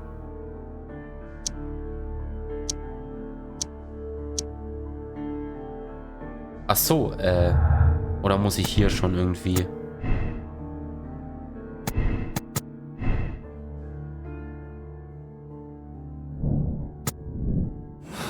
Was soll ich denn da machen? Achso, jetzt zeigt er mir da oben nichts mehr an. I'll do anything to save my brother, Mr. Holmes.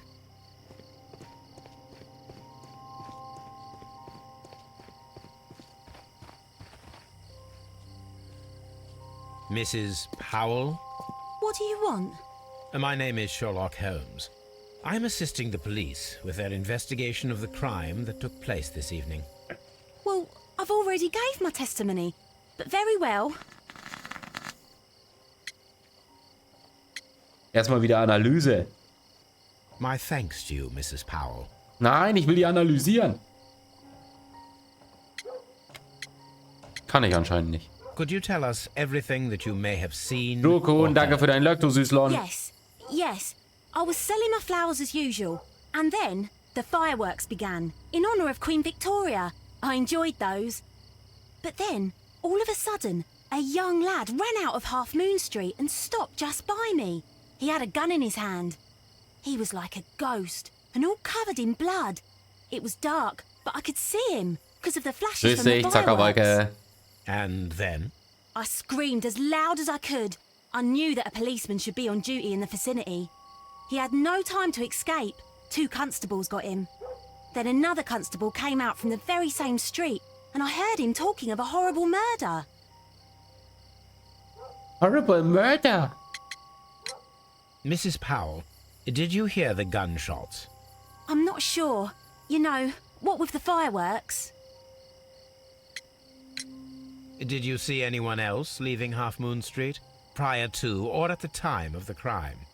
No, sir, I did not. Even with all the fireworks, I was very attentive, as I'm always on the lookout for customers.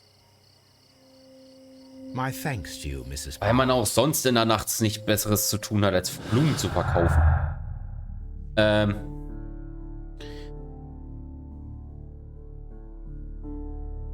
Laut Chapman beugte sich jemand über eine der Leichen, als er am Tatort ankam. Layton nahm eine Waffe von einer der Leichen und folgte dem Fremden, wurde dann aber von einem grellen Licht geblendet. Fantasiemann. Die Person, die Layton Chapman in seiner Aussage beschreibt, entstammt seiner eigenen Fantasie, um von seiner eigenen Schuld abzulenken.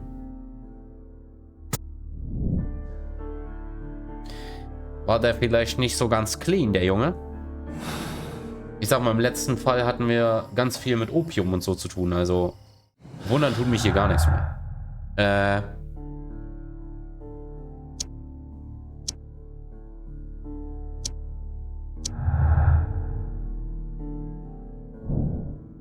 Erdrückende Beweislast. Die Zeugenaussage und die Tatwaffe deuten klar auf einen möglichen Täter hin. Layton Chapman.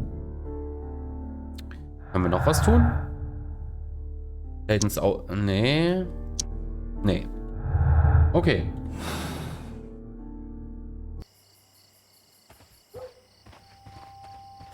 Nein, nein, nein, nein. Ich bleib hier. Obwohl, was haben wir denn jetzt alles dabei? Erfragen. Mr. Turner behauptete, er sei die ganze Zeit am Fenster seiner Wohnung gestanden. Laut Constable Morrows Aussage hingegen war niemand am Fenster zu sehen. Zuckerbrücke, da kommt man wieder hier rein, da sieht man einen jungen Hüpfer da sitzen. Dachte schon, bin falsch hier. In der ganzen Zeit habe ich dich öfters mal erschreckt, war. Erstmal mit dem Einstellen des Mikrofons, dass ich auf einmal männlich klinge. Und jetzt sitzt hier ein Bub. Mr. Turner, you have stated that you remained close by your window after the crime, is that correct? Oh, yes, Mr. Holmes. I stayed at my window until the policeman arrived to examine the dead bodies.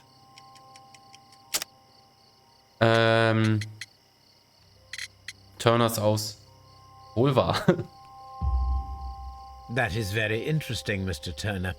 Constable Marrow stated that he did not see anyone at the window when he was running through Half Moon Street. Well, I think Constable Marrow and me, we might have been distracted by the whistles and shouts coming from Whitechapel. We could have missed each other somehow. You understand what I mean? It was a bit of a stressful moment, to tell you the truth, sir. Allow me to form my own theories, Mr. Turner. Would you mind showing me the view that you had from your window? Not at all, Mr. Holmes. Please, follow me. Mr. Turner appears to live very modestly. Ja, auf, Mann.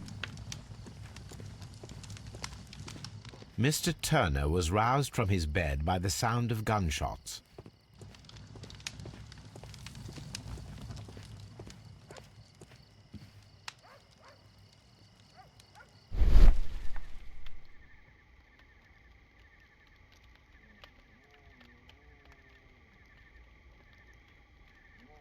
There are pieces of shredded paper scattered over the table.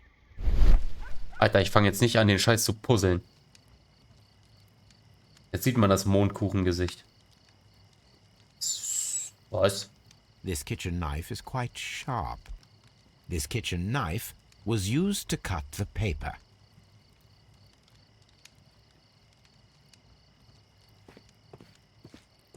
Anything else you would like to know, Mr. Holmes?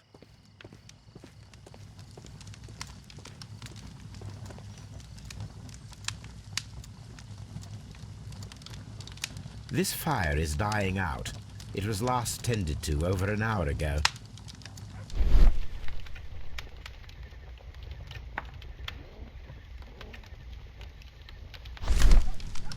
Ja klar, einfach reinpacken. The papers are almost entirely burned. I am unable to see what's written here.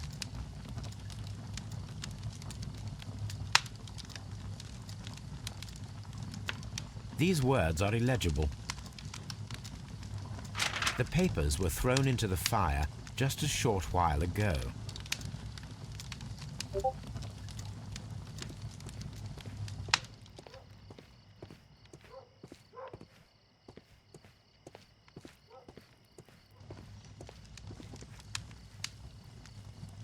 The books on this shelf are in a mess. It looks as though Mr. Turner was trying to find something in a hurry here a short while ago.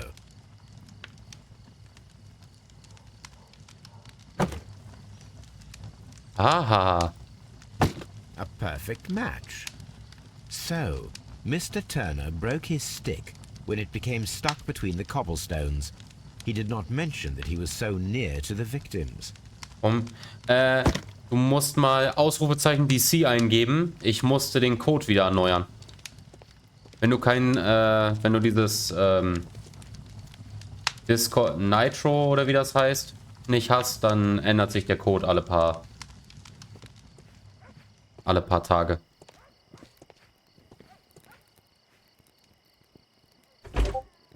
So, that's the view Mr. Turner had when he opened the window. The dead body of Kenneth Butler. Brian Vercotti's contorted corpse. Mr. Turner had a perfect view of the crime scene. He saw the bodies clearly, and Leighton Chapman standing over them.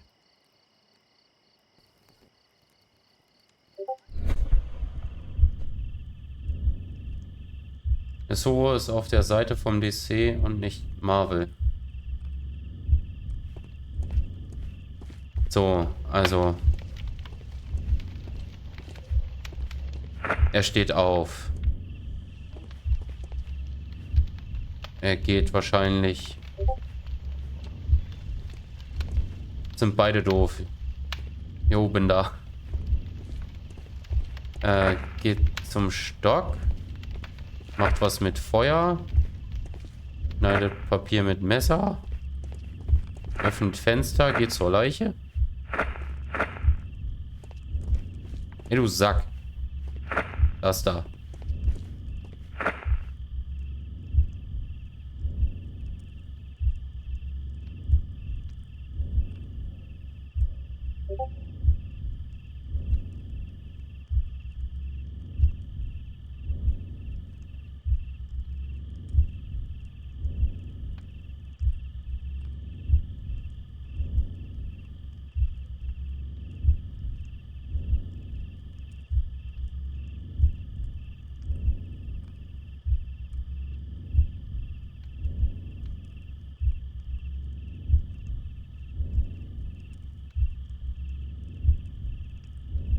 Sieht irgendwie voll falsch aus.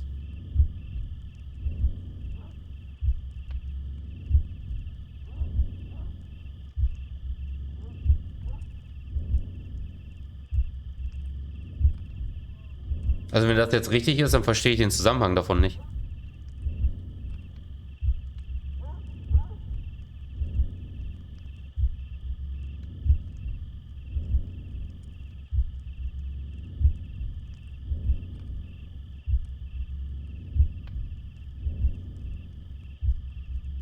No, it didn't happen this way.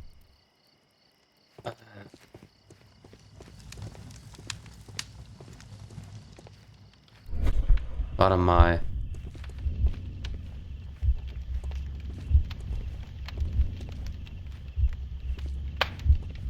Er steht auf. Geht. Warte mal, er steht auf, geht zum Fenster. Geht nach unten. Kommt hoch.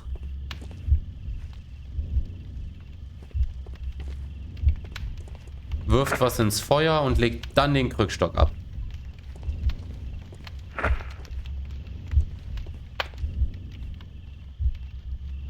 Und schneidet dann Papier.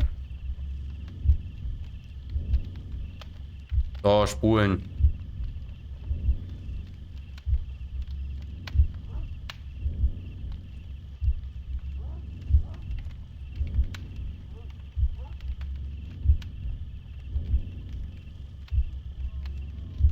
No, it didn't happen this way.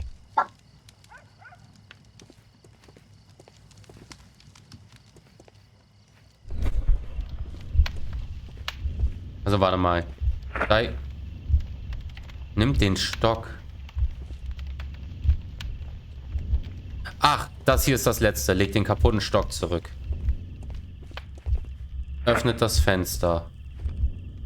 Geht zur Leiche.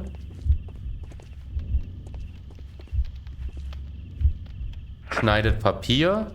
Wirft was ins Feuer und legt den kaputten Stock ab. Vorspulen, ich habe keinen Bock.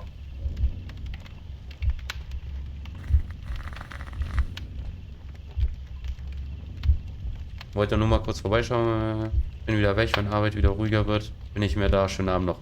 Ja, schön, dass du da warst. Dann stressfreie Wochen. Und dann sehen wir uns beim nächsten Mal, wenn du wieder mehr Zeit hast. Mach's gut. Mann, ich rall das nicht, Mann. Steige aus dem Bett. Nimm den Stock auf. Winke, winke.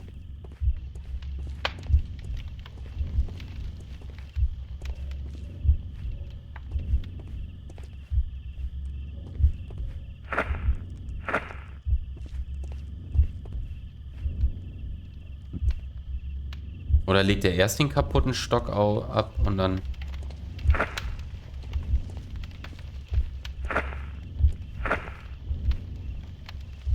Das könnte es sein.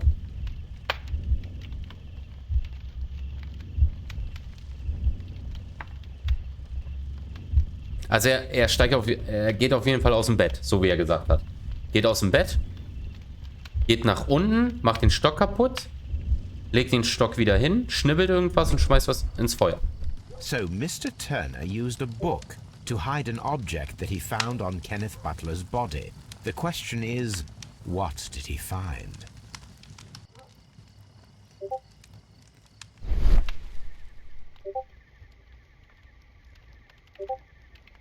I can see prints from greasy fingers upon the cover of this book. Let us take a closer look. Well now, what a find. A precious jewel, concealed inside a book. A bracelet with a unique ram's head design. A distinctive feature of ancient Grecian artifacts, probably of the Hellenistic era. Aha. Wir haben noch was gefunden, du Lappen.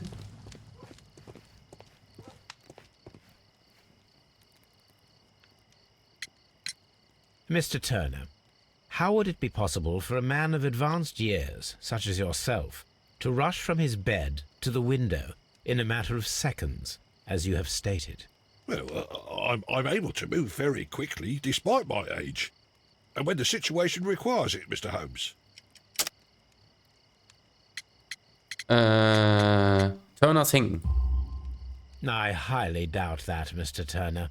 I observe that you suffer a severe limp due to your injured right leg. It would have taken at least 10 seconds for you to approach the window. That means you could have easily missed something or someone in Half Moon Street during that time. You're right, Mr. Holmes. I could have missed something. But it did seem to me that everything happened so quickly. Time can pull tricks on you. Der Lappen, der lügt mich an. And what of everything else that you told us? Mr. Turner, it is vital that we have your complete and true statement. Mr. Holmes, I do assure you that the other things I said were most sincere. Du lügst. Und zwar...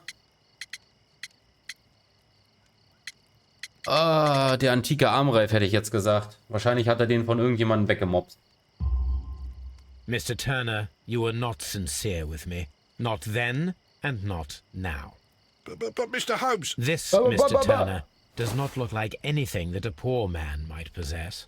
It is worth more than the home that you live in. I can explain. No, merely correct me if I am wrong.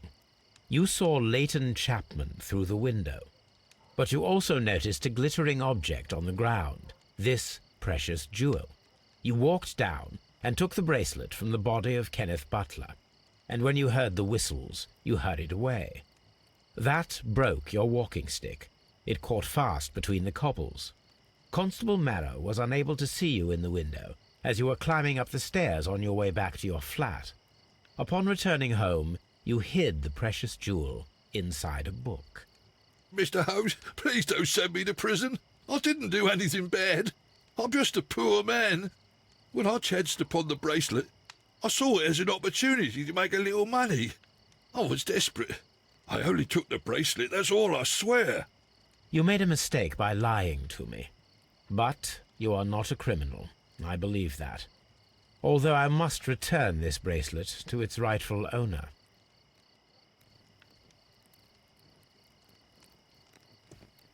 So. Das kommt vom Lügen, du Arschloch. It would be my pleasure to assist you with your investigation, Was habe ich Mr. denn hier noch? Holmes.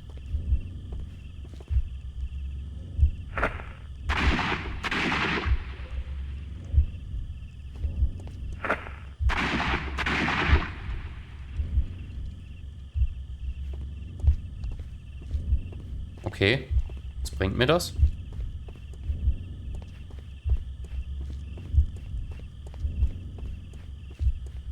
I am unable to see any higher. I need to find something to lift my lamp. I am unable to see any higher. I need to find some...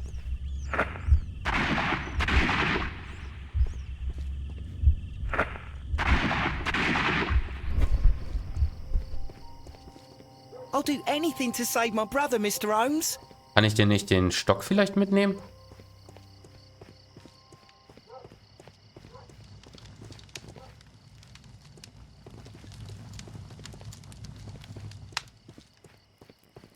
That's why it's better to stay at home at night.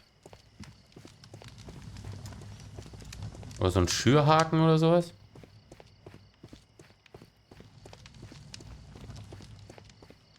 Als ob das zu schwer ist, jetzt irgendwo ein Stück Holz oder so eine Latte oder sowas herzukriegen.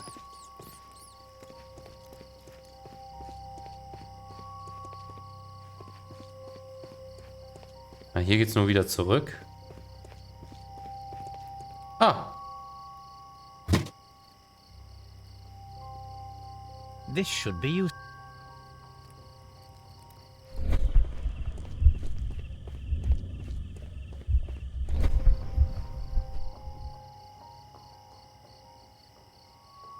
Nothing interesting here.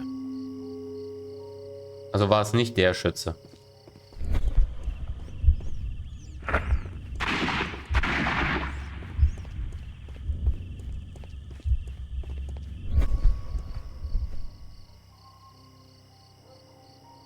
This is most definitely a bullet hole. The brick cracks are fresh. Watson, there was a third shot fired in this street.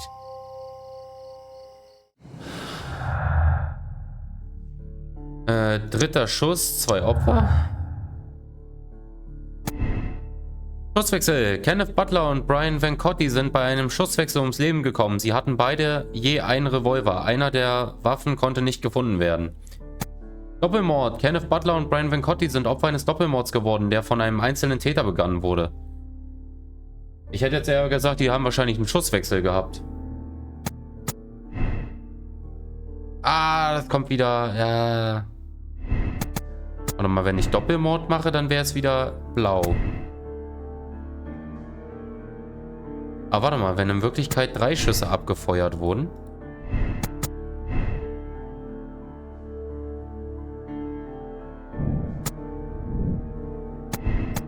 Es passt. Na. Wir lassen es mal eben so, bis wir noch mehr finden. Oh, ich habe noch mehr. Dritter Schuss, 2. Ah ne, das hatte ich gerade.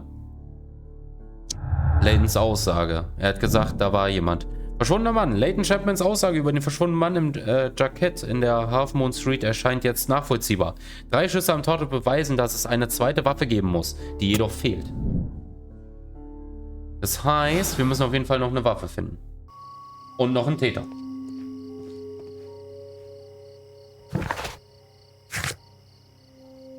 Im Archiv.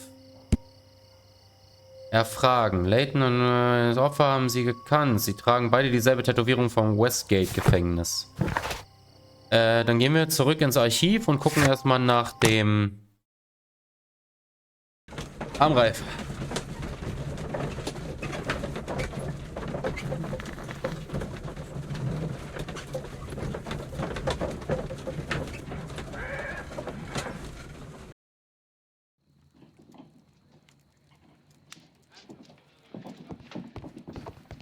So. Ein antiker goldener Armreif aus Mr. Turners Wohnung. Er ist mit klassischen Widderköpfen verziert. Also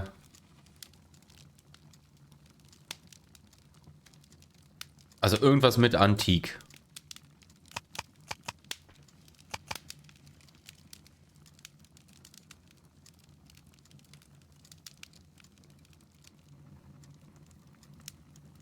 That is not the one I need. That is not. Ah ne, irgendwas mit Griechen. Nee, was? Hä? That is. Was können wir das sagen?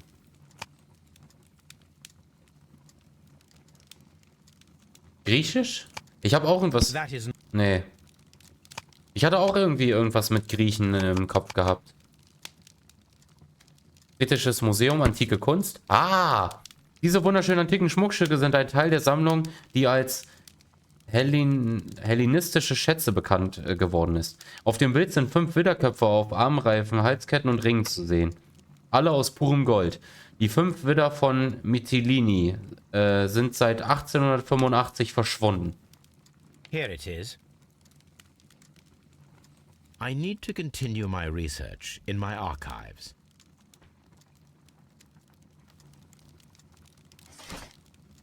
Fünf Widder von Mytilini, Teil einer antiken Schmucksammlung, die zu den sogenannten hellenistischen Schätzen gehört. Diese sind seit 1885 verschwunden. Das ist 1885.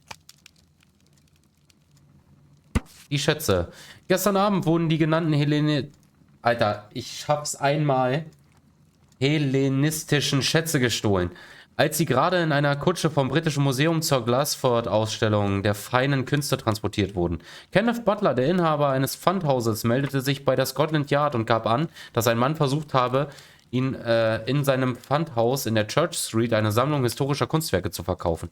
Danach gelang es der Polizei, den beschriebenen Mann zu verhaften. Einen professionellen Dieb namens Vincent Foley, der gerade dabei war, London über den Hafen zu verlassen. Er wurde vom Fahrer der Kutsche identifiziert, in der die hellenistischen Schätze transportiert worden waren. Vincent Foley weigerte sich, Angaben über den Verbleib des restlichen Diebesgutes zu machen. Kurz darauf wurde er ins Gefängnis gebracht. Die gestohlenen Kunstwerke sind weiterhin verschwunden. Here it is. One of the victims, Kenneth Butler, was involved in the story of the stolen Hellenistic treasures. A visit to his pawn shop should tell me more. Hat der gerade Pawn Shop gesagt? Mhm.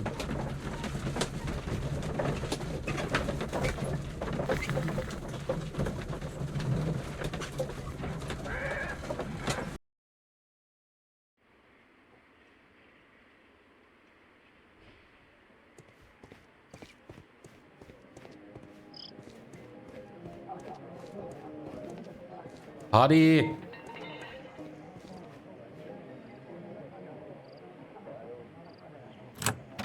Mr. Butler's key matches the lock perfectly.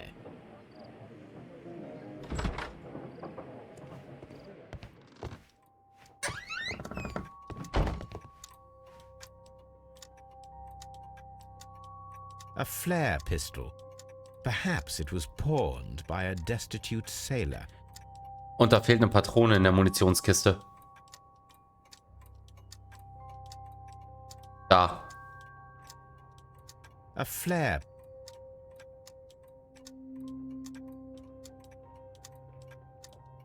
Wahrscheinlich war es das, um den zu blenden.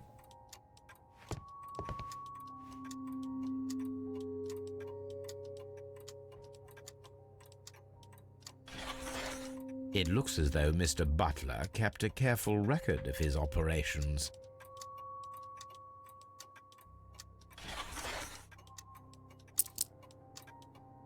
The ram's heads. This necklace belongs to the 5 rams of Mittelin collection. Interesting. That means that Kenneth Butler owned a part of this collection all this time, 10 years after the theft.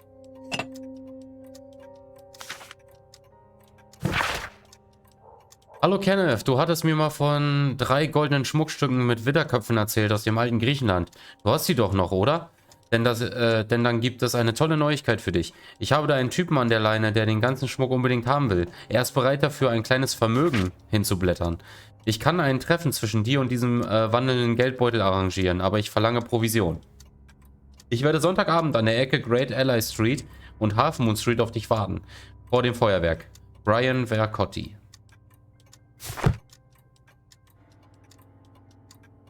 Das war ein Vertriebspartner. Das macht jetzt Sinn. Die beiden wollten sich treffen und irgendjemand wusste davon. Keine Beute. Lange verschwundene... 2 Opfer. Lange verschwundene... es hat mit dem Schmuck auf jeden Fall zu tun. Die Suche nach dem verschwundenen hellenistischen Mann schätzen. Könnte das Motiv für das Verbrechen der Half Moon Street sein. Mr. Turner hat den Armreif nach der Tat mitgenommen, aber der Ring fehlt noch immer. Raubmord.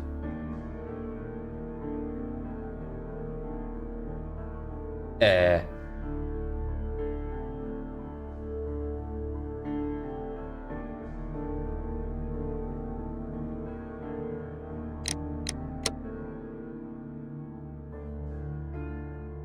Nee.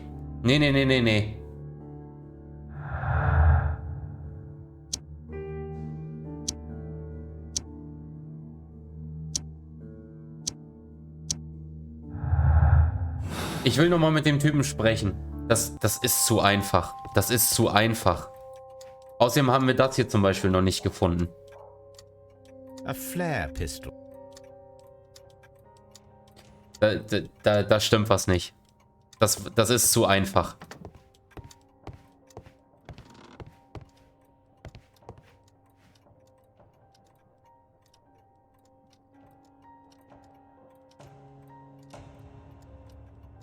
Crampons and a sharp ice axe would only be brought here by a mountaineer.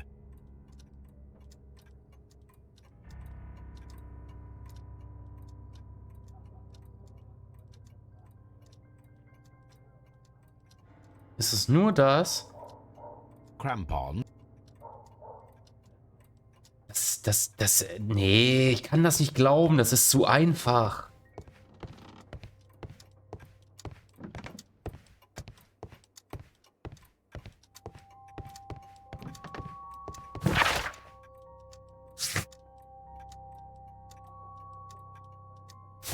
Ich würde sagen, wir gehen jetzt nochmal zurück, fragen... Wir gehen nochmal zu Scotland Yard. Wir befragen jetzt nochmal den Chapman, den Verurteilten da.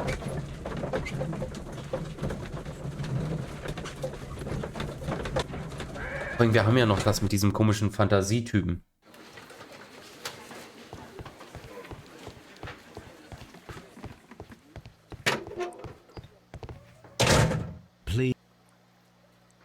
Das ist zu simpel.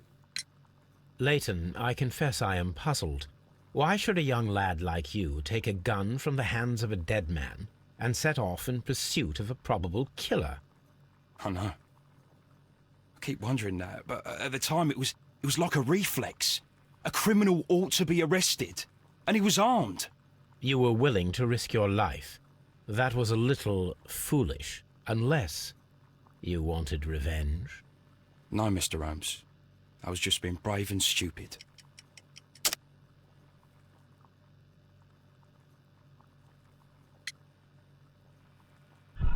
Ah, shit.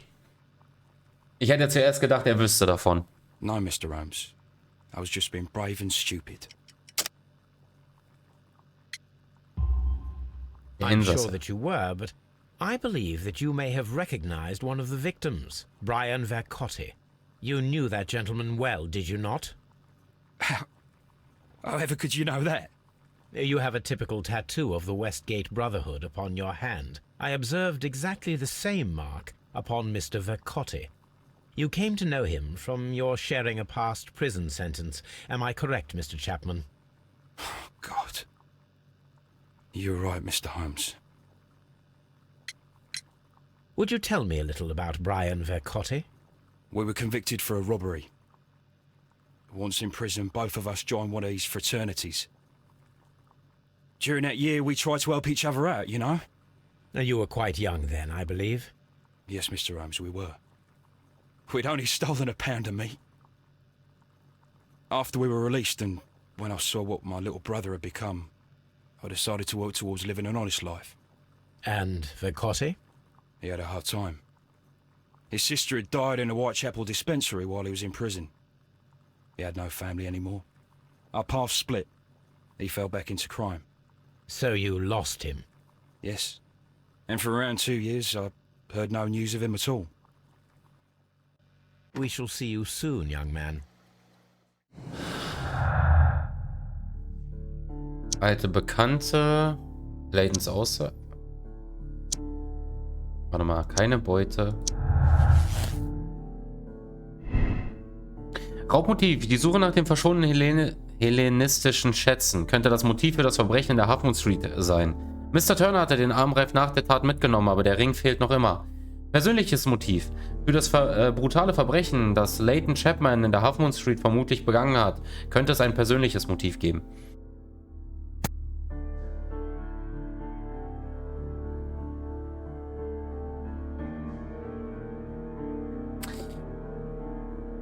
Ich weiß nicht. Was könnte es sein? Ich nehme erstmal das. Also es führt halt alles zu dem Raubmord, ne?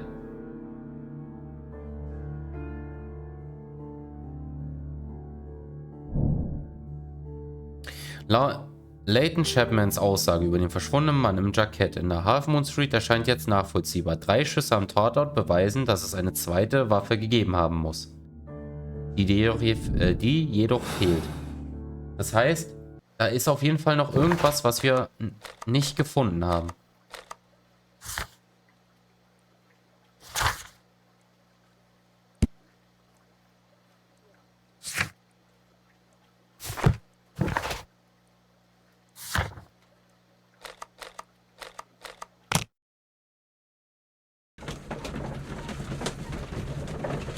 Und wir müssen ja noch irgendwas machen da mit der Leuchtpistole und mit diesem Kletterzeug.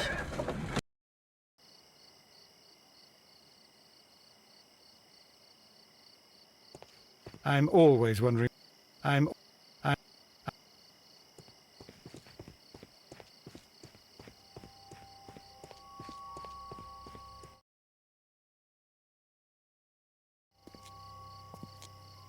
What's up with you, lad? What are you waiting for? I'm waiting for my brother to be released. Your brother? The one that you caught, beat up and imprisoned. Ah, the murderer. He ain't killed no one, copper. Watch your mouth, lad, else you'll be joining that worthless brother of yours.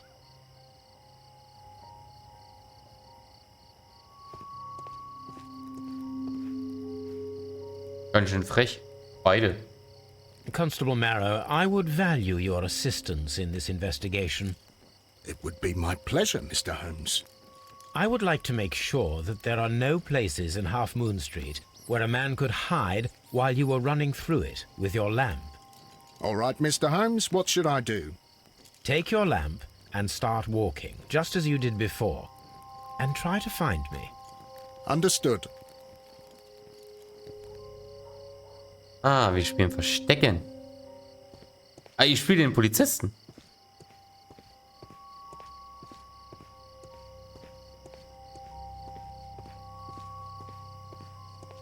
I can see you very well, Mr. Holmes. All right, Constable.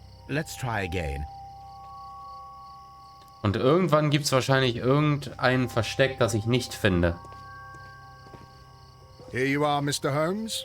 All right, Constable. Let's try again. I'll find another place to hide.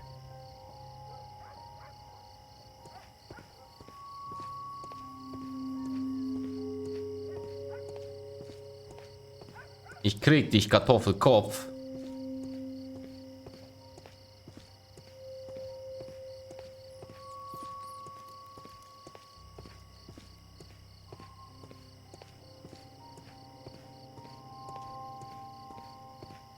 Mr. Holmes, it wasn't difficult to find you at all. It is obvious now. No one could escape Constable Marrow's lamp while hiding in the street.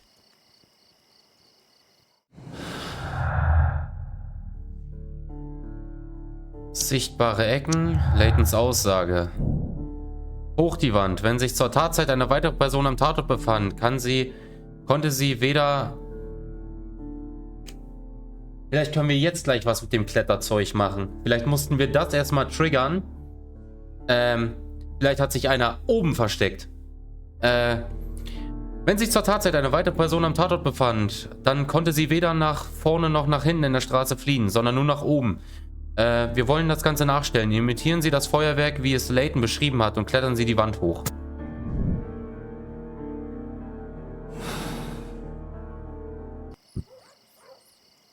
Leuchtpistole und Kletterausrüstung finden. Ich brauchte beides. Jetzt kann ich damit was tun.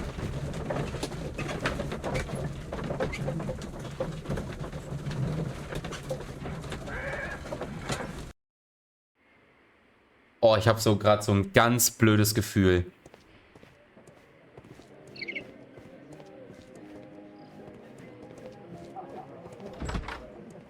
Ich habe gerade einen ganz blöden Verdacht. These tools are exactly what I need to climb the wall.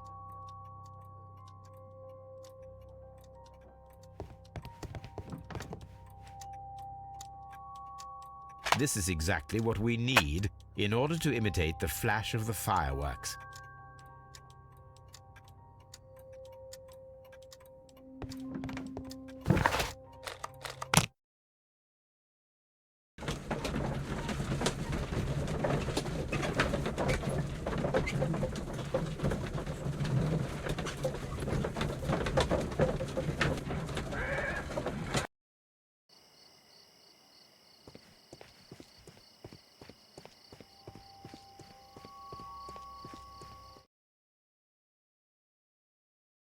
Why are you looking at me all the time like that? I'm just watching you, lad. I never know what to expect from people like you. People like me? Yes, street beggars and thieves. I ain't a thief. Oh, no? Then where did you get whatever it is that you're gnawing on? I very much doubt that you bought it. What ain't seen can't hardly be stolen.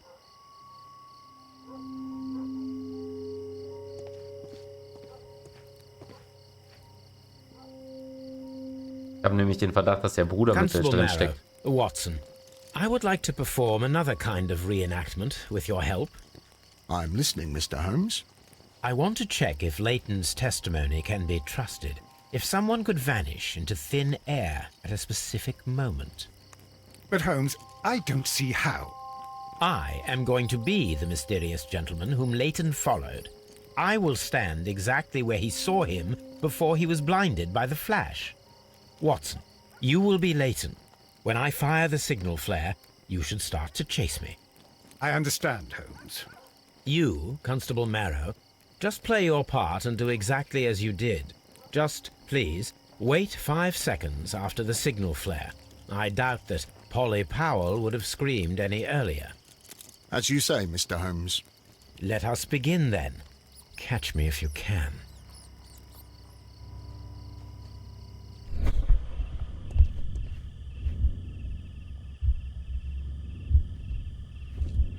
The streetlights fall directly on this wall. Not an ideal spot to escape the crime scene. It is also directly in front of... The moon illuminates this wall. This wall is cast in shadow. It would be difficult to see anyone scaling it.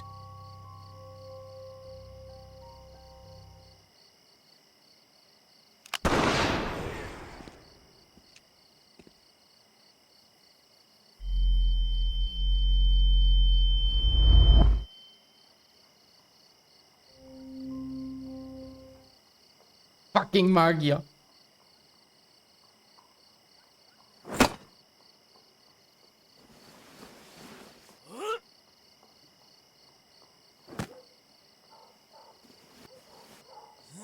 I can barely see anything.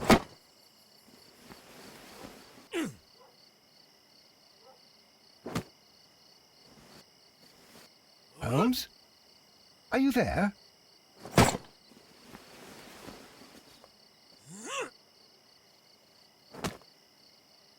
I should try climbing faster. Hä, Alter, wie schnell?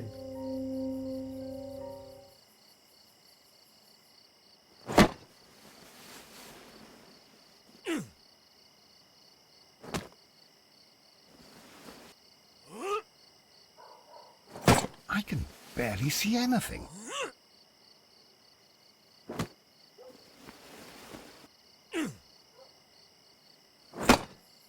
Holmes? Are you there? Where is he? My God, a man can't just disappear like that.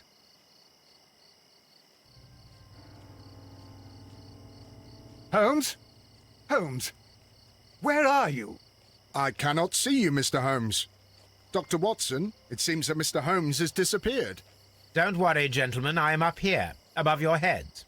How on earth did you get up there, Holmes? I am using crampons and a climbing axe, although the person we are looking for did not leave any traces of such tools. Constable, is there any way to get to the top of this building? Yes, Mr. Holmes, I can show you. The door to the building can be found from Whitechapel Street. Gentlemen, I am on my way down. Like where?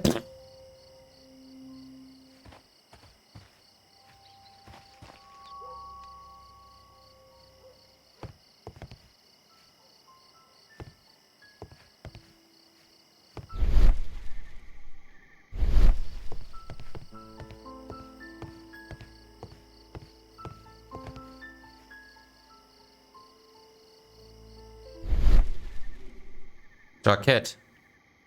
Abgetragener Stoff. Schwarze Fasern. A cluster of thick black threads. They're unusually strong. I should examine them under the microscope. It's empty. Someone broke through the window to get inside the attic, but in his haste he ripped his jacket.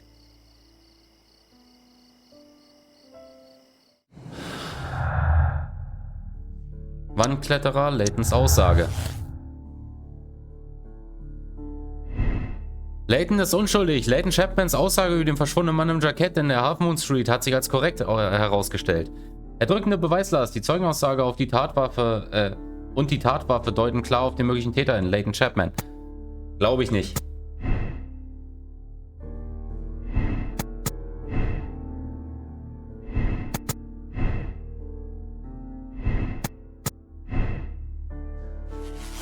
Nee, ich glaube nicht, dass er das war.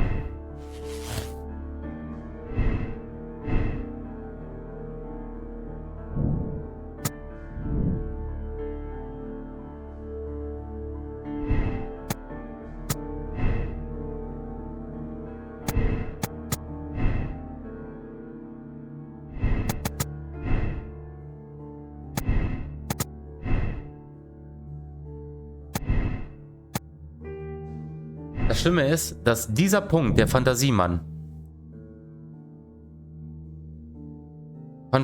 die Person, die Leighton Chapman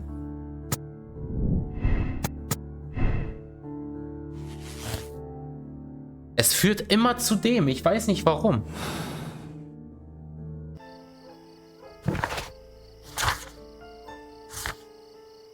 Finden Sie heraus, wer die Morde in der Half Moon Street verübt hat. Folgen Sie den Spuren des Täters und untersuchen Sie den Speicher des Gebäudes, durch das er entkommen sein könnte. Das heißt hier unten... These shards of glass are from the window above. We can conclude that the person whom Leighton saw climbed up the wall, broke into the attic window and escaped through the hatch.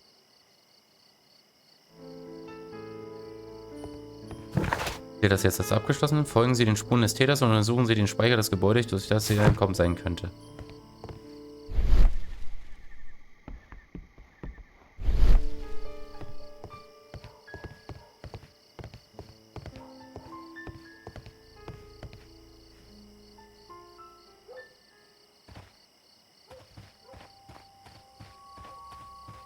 Such a young man, and already a murderer. This mirror is turned towards Half Moon Street. Such a young man, and already a murderer.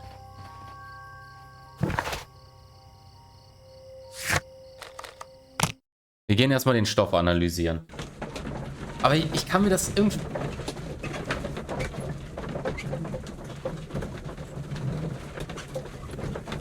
Ich weiß nicht.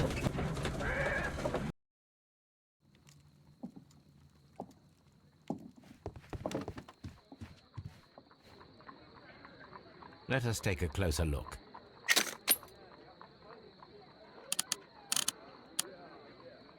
It is not a thread, but a hair. I very much doubt that it is human. I need to compare this sample with a human hair and a horse hair. A shaving brush is usually made from horsehair. Watson, could you please pass me your shaving brush? Here you are. Watson, look, what's outside the window? Well, I don't see anything. Ouch! Holmes! Oh, don't make such a fuss. One little hair. Human hair is significantly thinner than the black sample. The horsehair is thinner than the hair that we found. So, this black hair belongs to an animal, and it is larger than a horse. A hair from a large and exotic animal.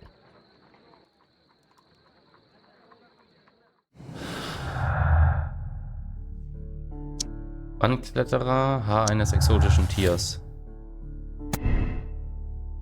Zirkusakrobat. Der Mann, der vom Tatort floh, könnte ein Zirkusakrobat sein. Er hat es geschafft, eine 30 Fuß hohe Mauer in nur wenigen Sekunden zu erklimmen.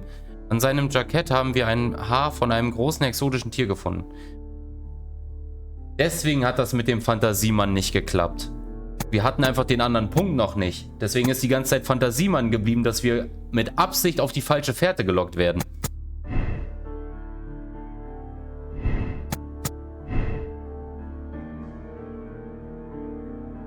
Die Schlawiner, aber nicht mit uns, meine Watsons.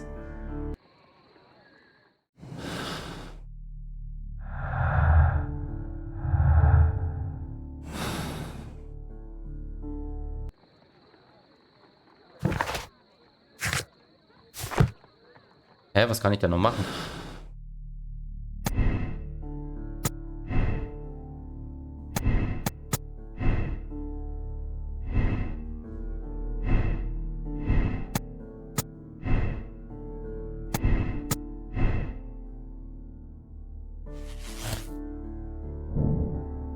In Luft aufgelöst. Der Mann, den nur Leighton Chapman gesehen hat, konnte fliehen, indem er eine Wand hochkletterte. Ein fähiger Akrobat offensichtlich. Er nahm zuvor die Waffe von einer der Leichen an sich. Alter, wir sind so klock.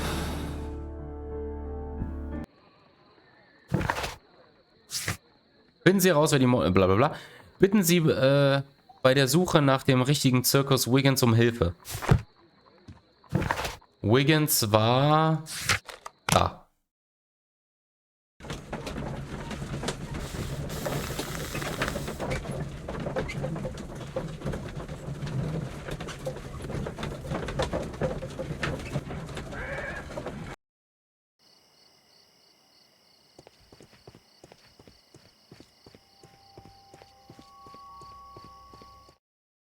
Oh, pumpen die sich wieder an. Wiggins, my lad, what are you doing here? You'd best be leaving and be quick about it.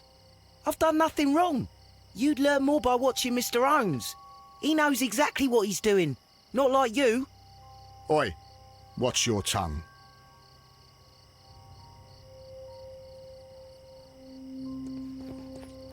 It would be my pleasure to assist you with your investigation, Mr. Holmes. Hä? Wo ist Wiggins? Ich stand doch vorher die ganze Zeit an der Ecke. Ah, da. Mr. Holmes? We have good news for you, Wiggins. The investigation has proven very interesting so far. We found facts and details that confirm your brother's innocence. I knew it, Mr. Holmes. But for now, Wiggins, we need your help. Anything you like, Gov. I need you to locate a circus that has stopped over in London. It needs to have disposed of at least one exotic animal. A very large one. You can count on me, Mr. Holmes. 2 Stunden später.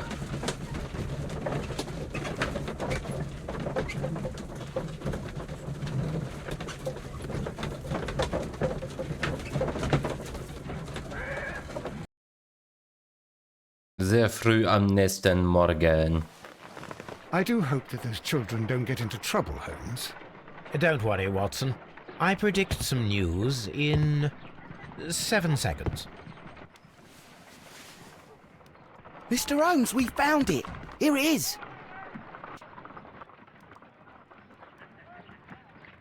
And this is a young Indian elephant, the highlight of the show. Duval Brothers, a well-known travelling circus that is currently stopped in London. I believe that is exactly the type of circus we are looking for. I'll pay it a visit.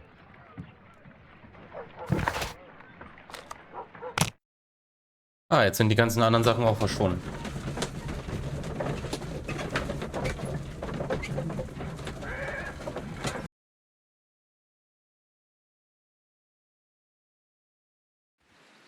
Hi, you! Stop right there. Good morning, sir. Pardon me, but why am I not allowed to walk around here? Because it's private.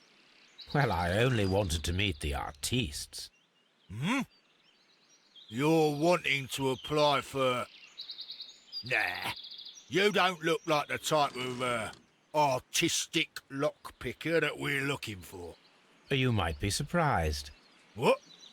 Nah, I don't think so. Clear off.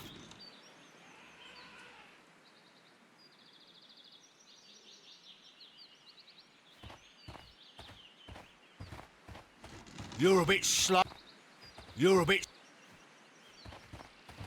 Ich will nicht gehen.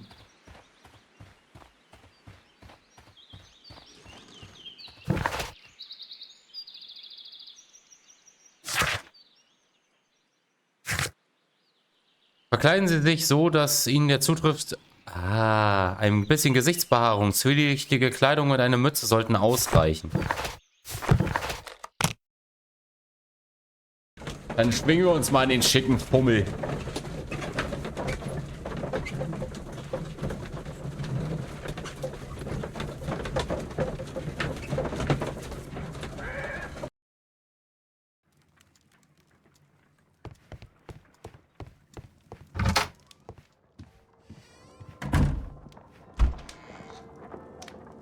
So.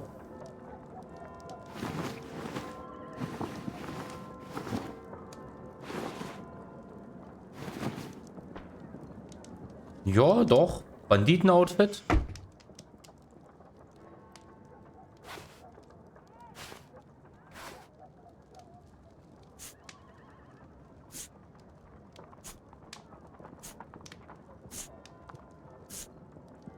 Ja, guck mal, richtig assi, ey.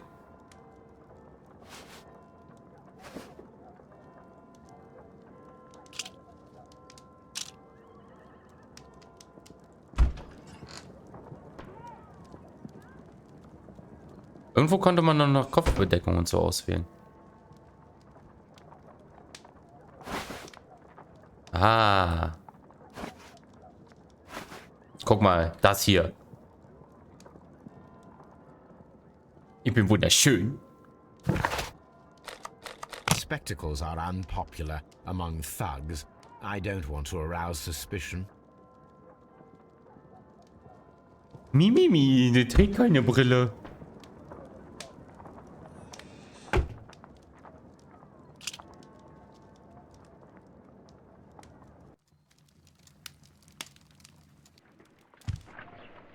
Stay where you are. What are you doing here, and where is Sherlock Holmes? Calm down, Watson. Take deep breaths now. It's me. Oh, thank God, Holmes. I can't get used to your disguises. Thank you, Watson. That means I am ready to go. Vor allem, Alter, wie das hier aussieht mit dem Bart so dünn zusammen. Ey, das ist richtig ranzig.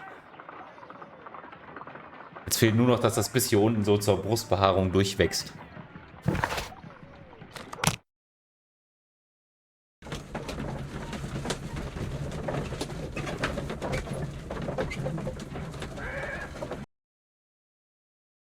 Moin, ich bin der Asi, der Schlösser knacken will.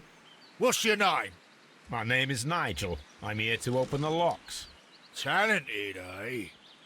Let's see. Go inside the marquee and show yourself to Charles Foley. And I'd highly advise you not to trick him. Got that? I've got it. Foley, das war das, was den wir vorhin im Brief gehört haben. Ich kann gucken, hallo. Kann ich hier draußen noch irgendwas finden?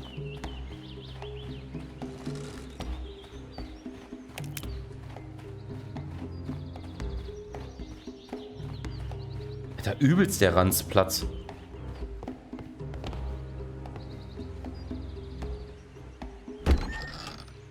So, everything is here just as you asked. And what about the money? Some of the barrels are wet. Transportation issues, it couldn't be helped. Whatever. We'll be here after midnight to pick up the supplies. I want to be paid first. No. You'll be paid after we make the transfer, as I said. Right? I hope that no one saw you. The police are on the lookout. Of course not. I'm a professional. Glad to hear it. Er hat sich verletzt hier. Be ready for tonight then. Er ist wahrscheinlich der Spacken, der da hochgeklettert ist.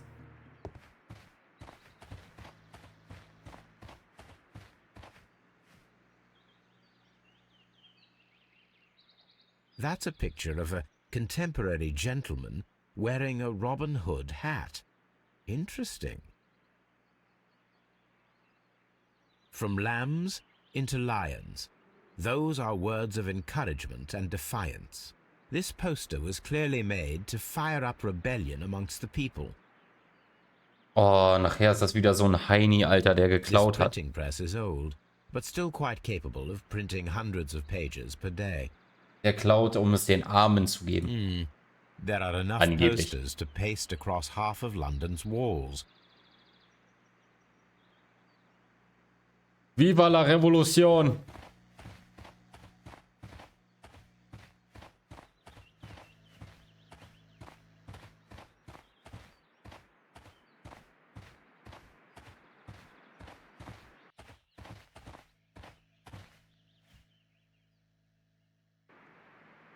This wooden barrel is damaged. It is difficult to say what is inside. There is a spot on this barrel that was intentionally painted out. The crest of the Honourable Artillery Company. Could it be gunpowder? I need to be sure.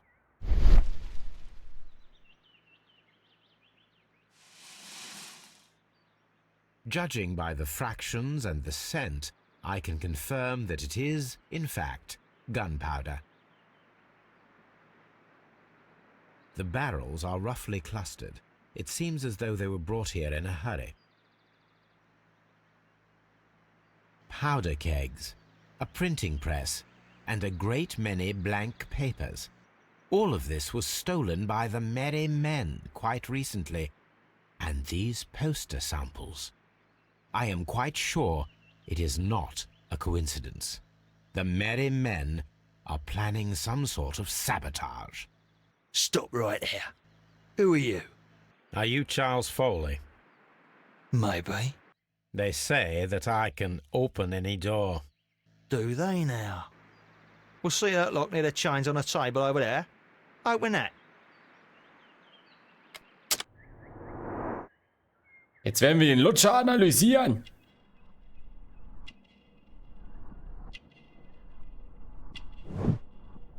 Antiker Schlüssel, gesichertes Safe. Frische Verletzung.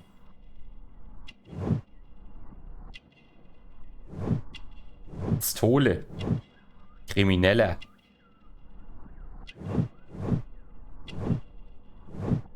Gestohlene Antiquität. Ach, der Ring war das wahrscheinlich. Fenster. Ja, genau. Was ist das? Was da? Was da? Was da? Bandagierte, hohe Gewalt. Akrobat. Achso, wegen den ganzen Pflastern und Verbänden. Kommt vom Popel. Antiker Ring. Lang verschwundene Okay. Mann im Jackett. Charles Foley trägt einen antiken Ring, das letzte fehlende Stück der 5 Widder von Mytilene, sowie ein Revolver unter seinem Gürtel. Das beweist, dass Foley der geheimnisvolle Mann im Jackett war, der so geschickt aus dem Half Moon Street fliehen konnte. Wir sind ja auf der Spur, du Sack.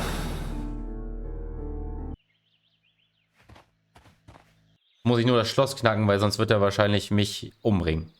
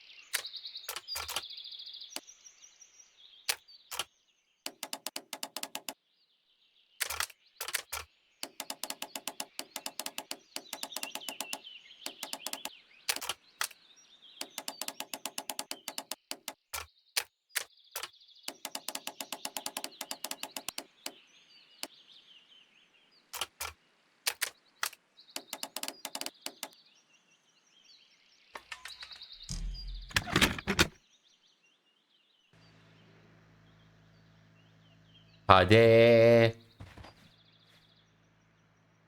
Ah, well, they're right. What's your name? Nigel Shirley, from York.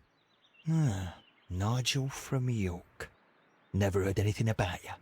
How'd you hear about me?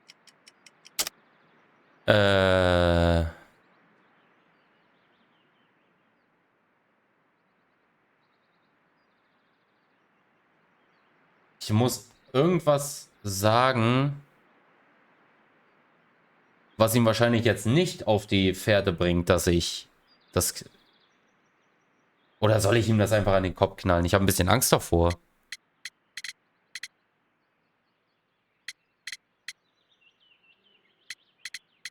Er hatte keine Tätowierung an seiner Hand. Das heißt, Westgate-Insassen bringt nichts. Verhafteter Dieb vielleicht? Ja. It's a long story. I met your brother, Vincent the Butcher Foley, in prison. He told me all about his betrayal and all about you. Before I was released, he told me that you might find a job for me one day and pay me some money for me craft. Well, he died 7 days ago in prison. I'm sorry to hear that. That's all right. The traitor has paid the blood price for it. And you'll do the job anyway, because I need a talented lockpicker. I know just where to search for his legacy. It's all about the Hellenistic treasures, isn't it? Osh, you fool. Now, listen up. You'll come with us tonight, and you better mind yourself. Us? Wait, who's coming then? Billy, Jack and me. And what will I get for that? We'll share the loot. The one you seem to know about. Right. Wait for us at the abandoned manor house on a corner of Ladbroke Grove and Kensington Park Road at midnight. Deal.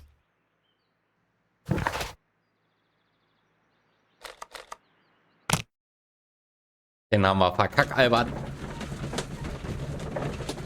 Auf, meine Watsons!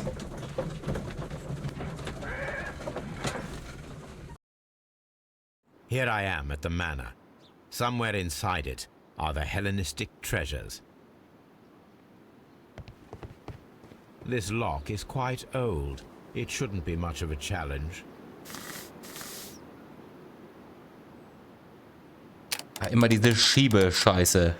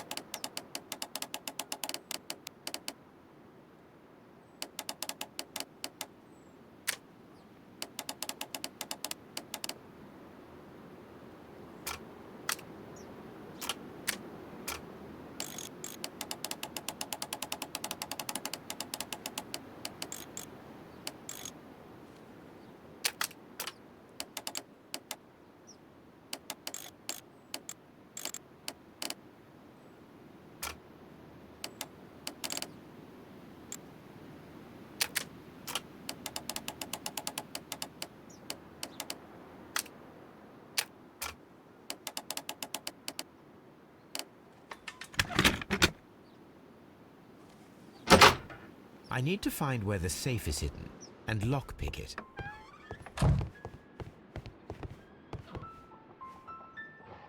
This cupboard is an absolute mess.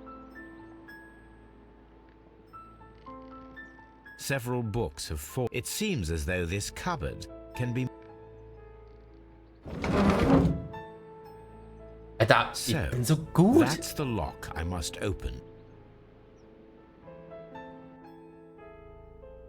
Oh Gott.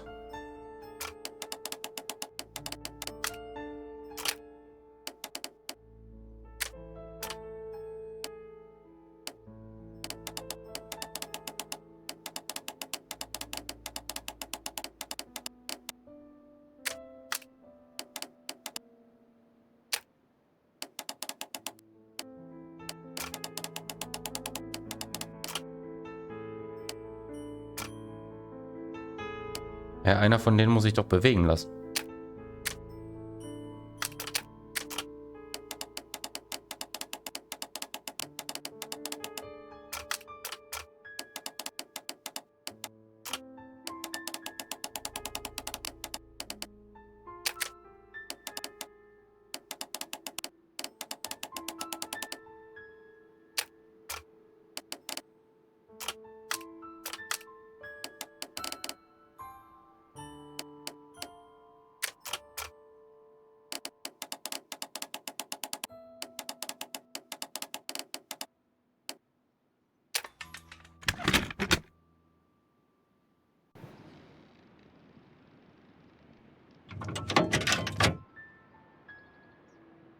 What a surprise! Another lock. I recall that precious key around Foley's neck. It might prove a decent... Let us check the thieves' possible escape routes in the event that they are caught off guard by the police from the front door.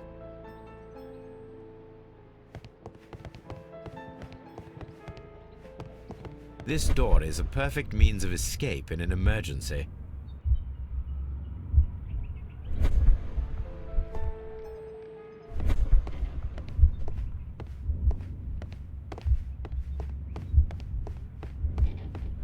This door is a perfect means of escape. This door leads to a kitchen, which holds the shortest route to the back door.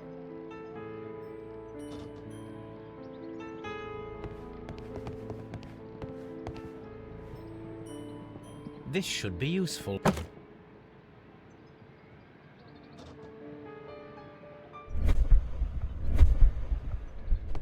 packe ich einfach einen ganzen A solid rope.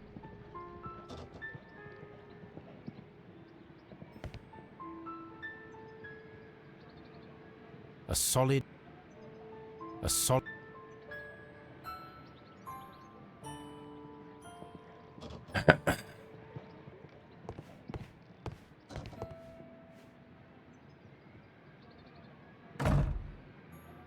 The door is now.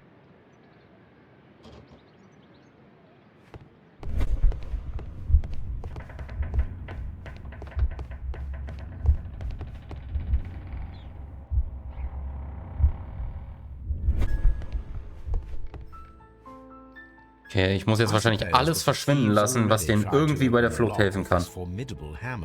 But they were unsuccessful. I suppose that the thieves already tried to open the lock with this formidable. I wonder what this old chandelier is doing on the floor. It looks as.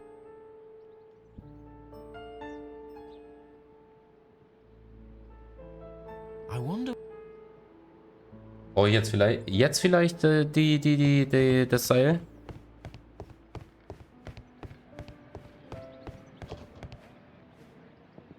This should. Ja. So, ich kann dann wahrscheinlich immer nur einen Gegenstand nehmen, bis ich dann diese eine Sache verhindert habe und dann.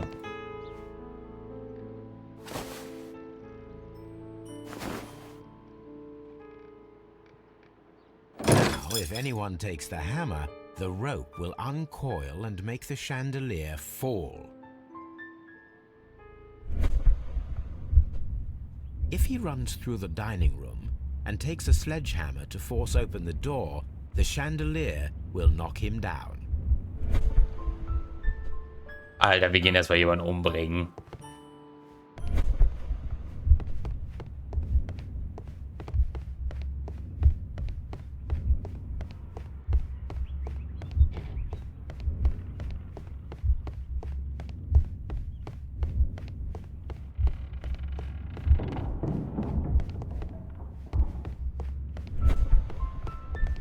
Although this window is high above the ground, it would be possible for one of the thieves to attempt to use it for their escape.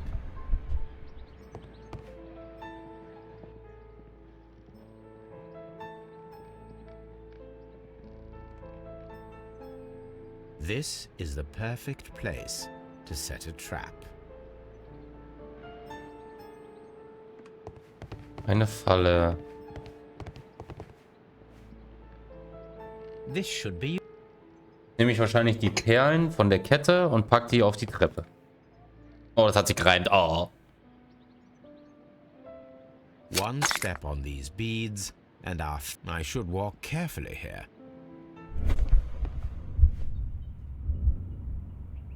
Yeah. Any thief who finds his way upstairs will roll down very quickly.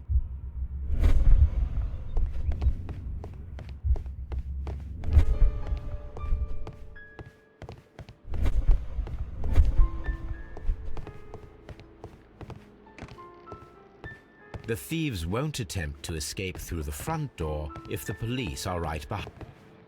The ground floor window is a perfect way to escape the police.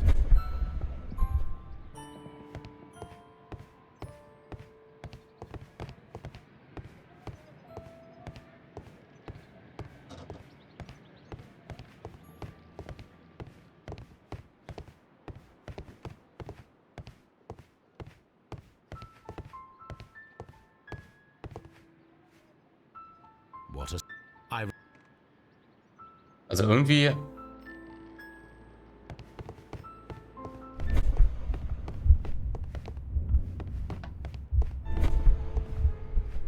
Ah. This works very well. No.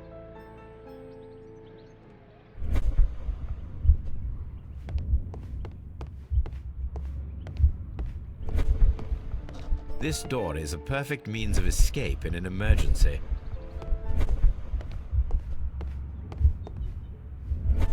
Also ich muss das noch irgendwie. The door is.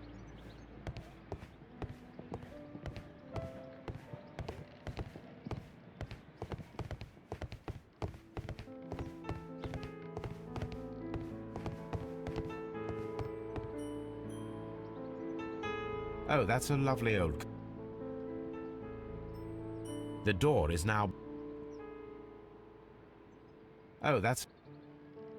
Oh, that... Was kann ich denn jetzt mit dem Teppich machen?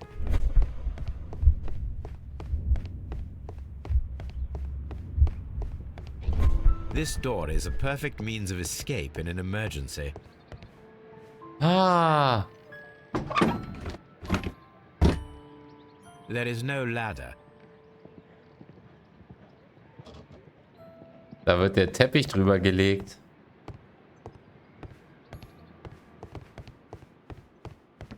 Dann macht er... The door is now... Nimm den Teppich mal an. This should be...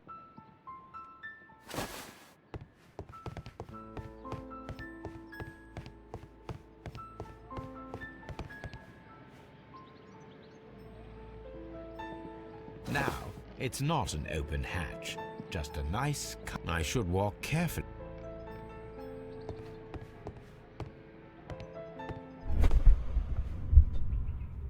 Yeet. Now, if a thief runs through the kitchen, he'll pay a surprise visit to the cellar. The traps for my circus companions are all prepared. I can leave now, but I'll return later with Charles Foley and his companions. Geil.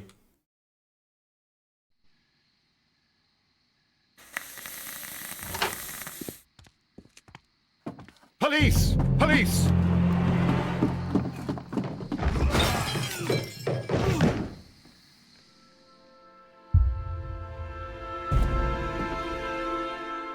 Stop where you are! Where are they? Trapped, Watson, with your assistance. How so? You sounded just like a real Bobby, my dear fellow. You startled them into the traps. I did? I assure you, Watson, it was quite an entertaining show. They will not escape the house now. You scum! And this is the pistol used for the murder in Half Moon Street. How'd you know about that? Oh, nee. Have you closed the case yet, Sherlock? Mycroft, what are you doing here? Did you follow me? Sherlock, it may seem that I used you, but you should be pleased to know that you have served our queen well, in this instance. So now, let us catch the big fish.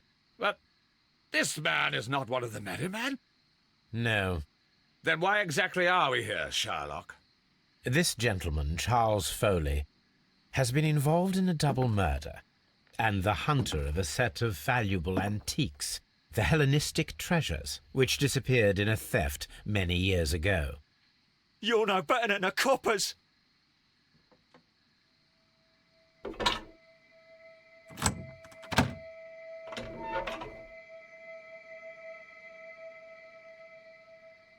Holmes, that is incredible.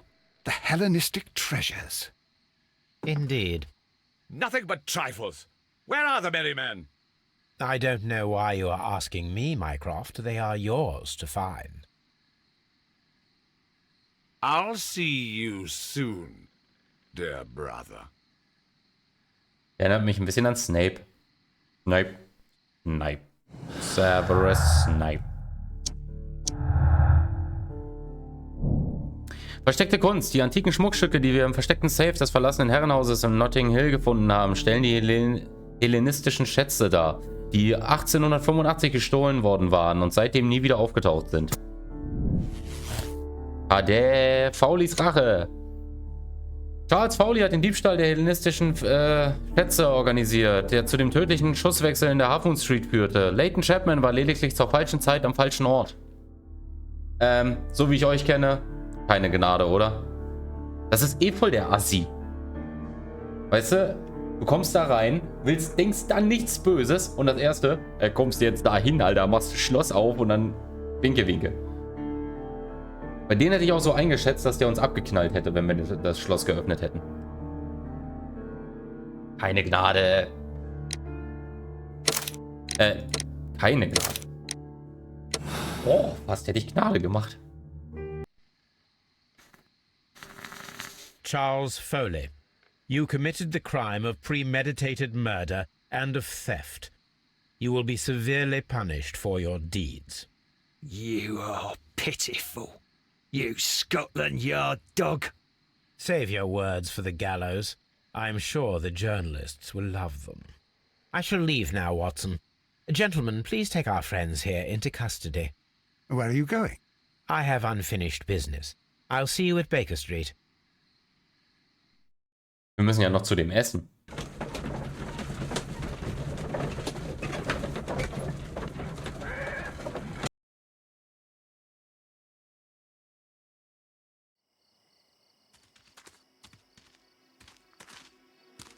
Be careful with the lamps. Don't bring them too close to the barrels. Good evening, gentlemen. Who's there? That is of no importance. What matters is who you are and the plans that you have here. So you can stop us from carrying them out? Eventually, yes. Hey, careful. You'll blow us all up. I'm listening. We are a group known as the Merry Men. But I suppose you knew that already. We are the men who've already lost everything of value in their lives. We are ruined shopkeepers. We are workers who were fired from their jobs. Honest people who were robbed. We were forced out from our homes and thrown onto the street. And all of this in the name of the so-called law. The laws that were set out by our government. The laws that make the commoners only more vulnerable and the wealthy more protected. We are not only from the British Empire. Some of us are from the New Lands, America, Australia, and we are many. But men we are still, and we are merry for that we stopped being afraid. For those powers that be had done their best to plant the fear inside our souls, and we accepted it so easily. The fear advised us to keep our heads bowed. It prevented us from fighting. Bankers and politicians, they own our lives, our work, our bread, and they push us to compete between each other, just to see who may serve them better. But in the end, they are the few, so they are weak. They are nothing without their titles. We should not fear them. Our so-called masters should fear us instead. The time has come for our group to stand tall. Our great and many merry men. We are going to blow up the London Stock Exchange. No life shall be lost. But ownerships, debts, and property titles? They shall all be destroyed. They're only papers, after all. So many people will be freed over this night. That is a radical step to take. What result do you truly expect? Chaos. But soon people will understand that they are free, and that they don't belong to anyone. They will be able to work for themselves, together, without letting the rulers dictate what to do, and finally justice will arise. What you are intending to do is a crime. It is not justice. How do you see justice, then? Kids go to prison for a loaf of dry bread. And how many lords do you see punished for stealing from their people, sending them to their deaths in mines or overseas to fight for land? Our masters wouldn't hear us. So now it's time to sing the song of the merry men. Will you let us do our duty?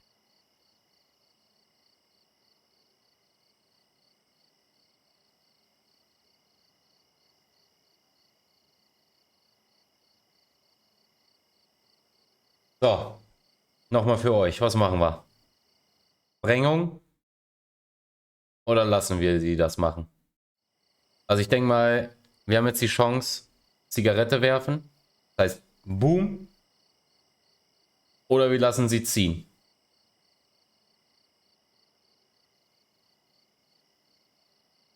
Eigentlich die Merrymen.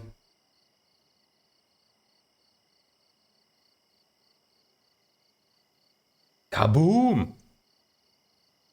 Okay, machen wir. When people fight the order, they are too blind to see the consequences that throw society into chaos. I shall stop your actions, but not you. Run. Now!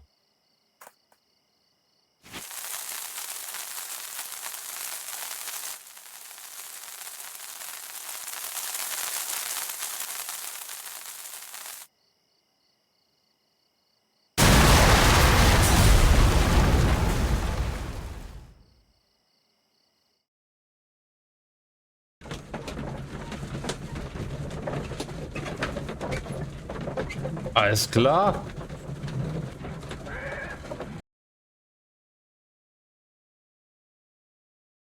So, you're interested in Russian literature now? Quite, lately. It is an interesting book. I remember a few lines. Really? I tried reading it myself, but I had a hard time understanding it. Yes, Doctor. It's about intelligence. Sherlock, I vaguely recall one of the lines. Sometimes it takes something more than intelligence to act intelligently. There were also a few words along the lines of, pain and suffering are always inevitable for a large intelligence and a deep heart. Tell me, Doctor, does my brother show any signs of pain or suffering? Not that I know of. Because you see, Doctor, behind all of his masquerade, my brother does possess a deep heart. So deep that he does not recall where he places his love. Well, I'm sure that... His love and his duty that, in the first place, should be directed towards the Empire. For without it, we would be nothing. A country filled with uncivilized men. And the Empire needs order and discipline. It has no room for chaos. People who commit crimes, or at the very least intend them, deserve punishment, Sherlock. Without justice, there can be no civilization. But we serve the truth, not justice. Your truth, Doctor, that may prove immoral. Allowing people to terrorize London, destabilizing the whole empire. Terrorize only the powers whom you serve, Mycroft. Not I, not Watson, not Mrs. Hudson, not Wiggins. Sherlock, the merry men are to be stopped. Not by me. You created the merry men. Stop them yourself. Only make sure that you don't create 10 more merry men by arresting the one. Good night, Dr. Watson. Anything in the post, Watson? Any clients worthy of our attention? Only a second reminder from Mrs. Hudson about our new neighbour. She urges you to remove your... Oh, I don't care about that. Holmes, the lady who will be moving in shortly has requested the use of our spare room to place all of her boxes. Wait, what? A lady?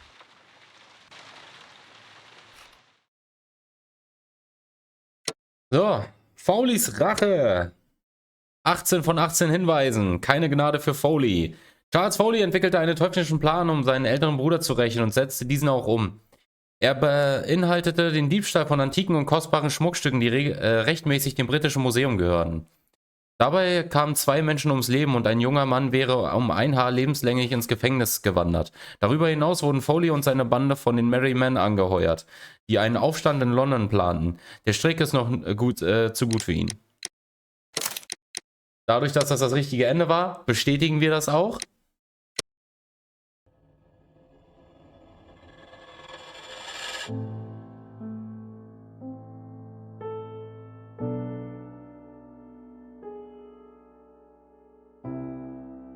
Und damit ein Ende von Sherlock Holmes. Geilo! Ey, das hat richtig Bock gemacht. Damit haben wir das komplette Spiel Sherlock Holmes Crimes and Punishment jetzt offiziell abgeschlossen. Mega geil. Und ohne Scheiß, das war richtig spannend zwischenzeitlich.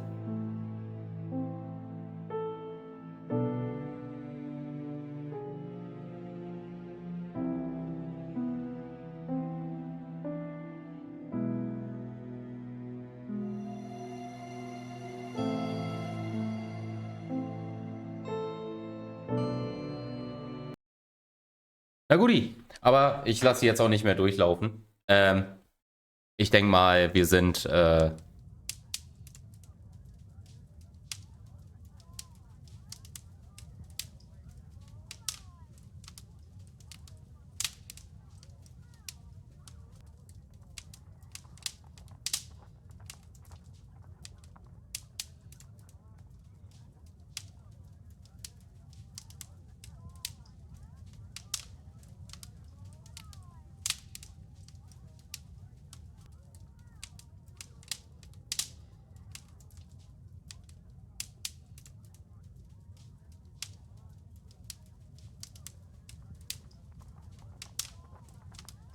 Passiert jetzt noch was? Ach, wahrscheinlich ist das jetzt einfach nur, dass du das Notizbuch jetzt nochmal durchschauen kannst. Crimes and Punishment. Okay, alles klar. Vielen, vielen Dank, dass ihr wieder mit dabei wart. Es war mir ein inneres Blumenpflücken und hat mega Bock gemacht. Das heißt aber auch, ihr wisst ja, wo ein Ende ist, ist auch ein neuer Anfang. Ab nächster Woche, ich organisiere das neue Sherlock Holmes. Irgendwas mit Devils, ich weiß noch, irgendwie so war das. Ich gucke auf jeden Fall nochmal nach. Wir spielen dann den Nachfolgerteil. Wenn das jetzt der Fall sein sollte, dass das immer anschließende Geschichten sind, weil hier wurde ja zum Beispiel auch öfters mal angeteasert, der Jack the Ripper Fall. Ja, das stimmt, das hat wirklich Bock gemacht. Hier wurde ja immer der Jack the Ripper Fall angepriesen. Den haben wir gar nicht zu... Also, ich gehe mal davon aus, dass das aus dem Vorgängerteil ist. Aber ich würde sagen, wir gehen jetzt erstmal chronologisch weiter, soweit wie es geht. Und gerne sonst im Anschluss können wir uns auch nochmal den Vorgängerteil angucken. Also machen wir jetzt erstmal chronologisch weiter und dann zum Schluss gehen wir dann nochmal back to the roots und dann, ne? Alles klar. Dann bedanke ich mich fürs Zusehen dafür und damit beenden wir den Stream für heute. Haltet euch eben nochmal fest, wenn ihr ein paar Kanalpunkte abstauben wollt. Ich werde eben nochmal einen Raid starten, denn der Poker-Joker vorhin im Chat hat sich ja selber nominiert für einen Raid. Dann machen wir das jetzt nämlich auch, damit er seine Kanalpunkte nicht umsonst ausgegeben hat.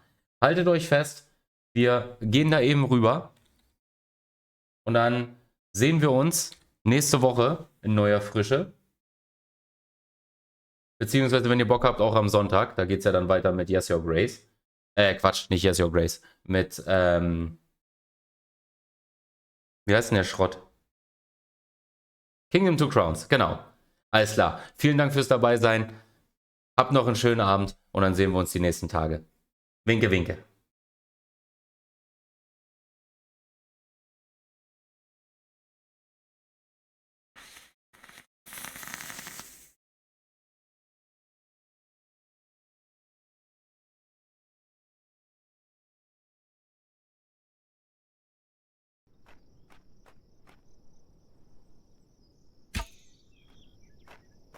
Hey!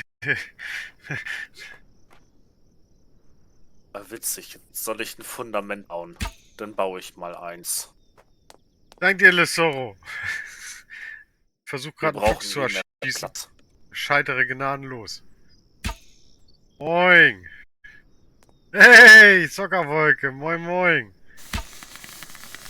Ja, ich spiele Survival-Spiele gerade. Ich versuche den Fuchs da oben zu kriegen.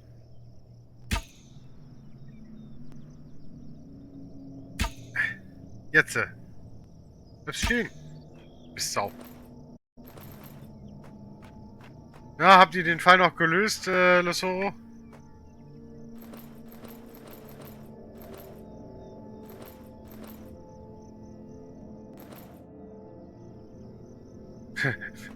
Danke. Ja, ich hatte so viele Kanalpunkte, ich weiß gar nicht, was ich machen soll. Du musst die Preise erhöhen, Inflationsausgleich und so. War ja nur ein Ding mit 20.000.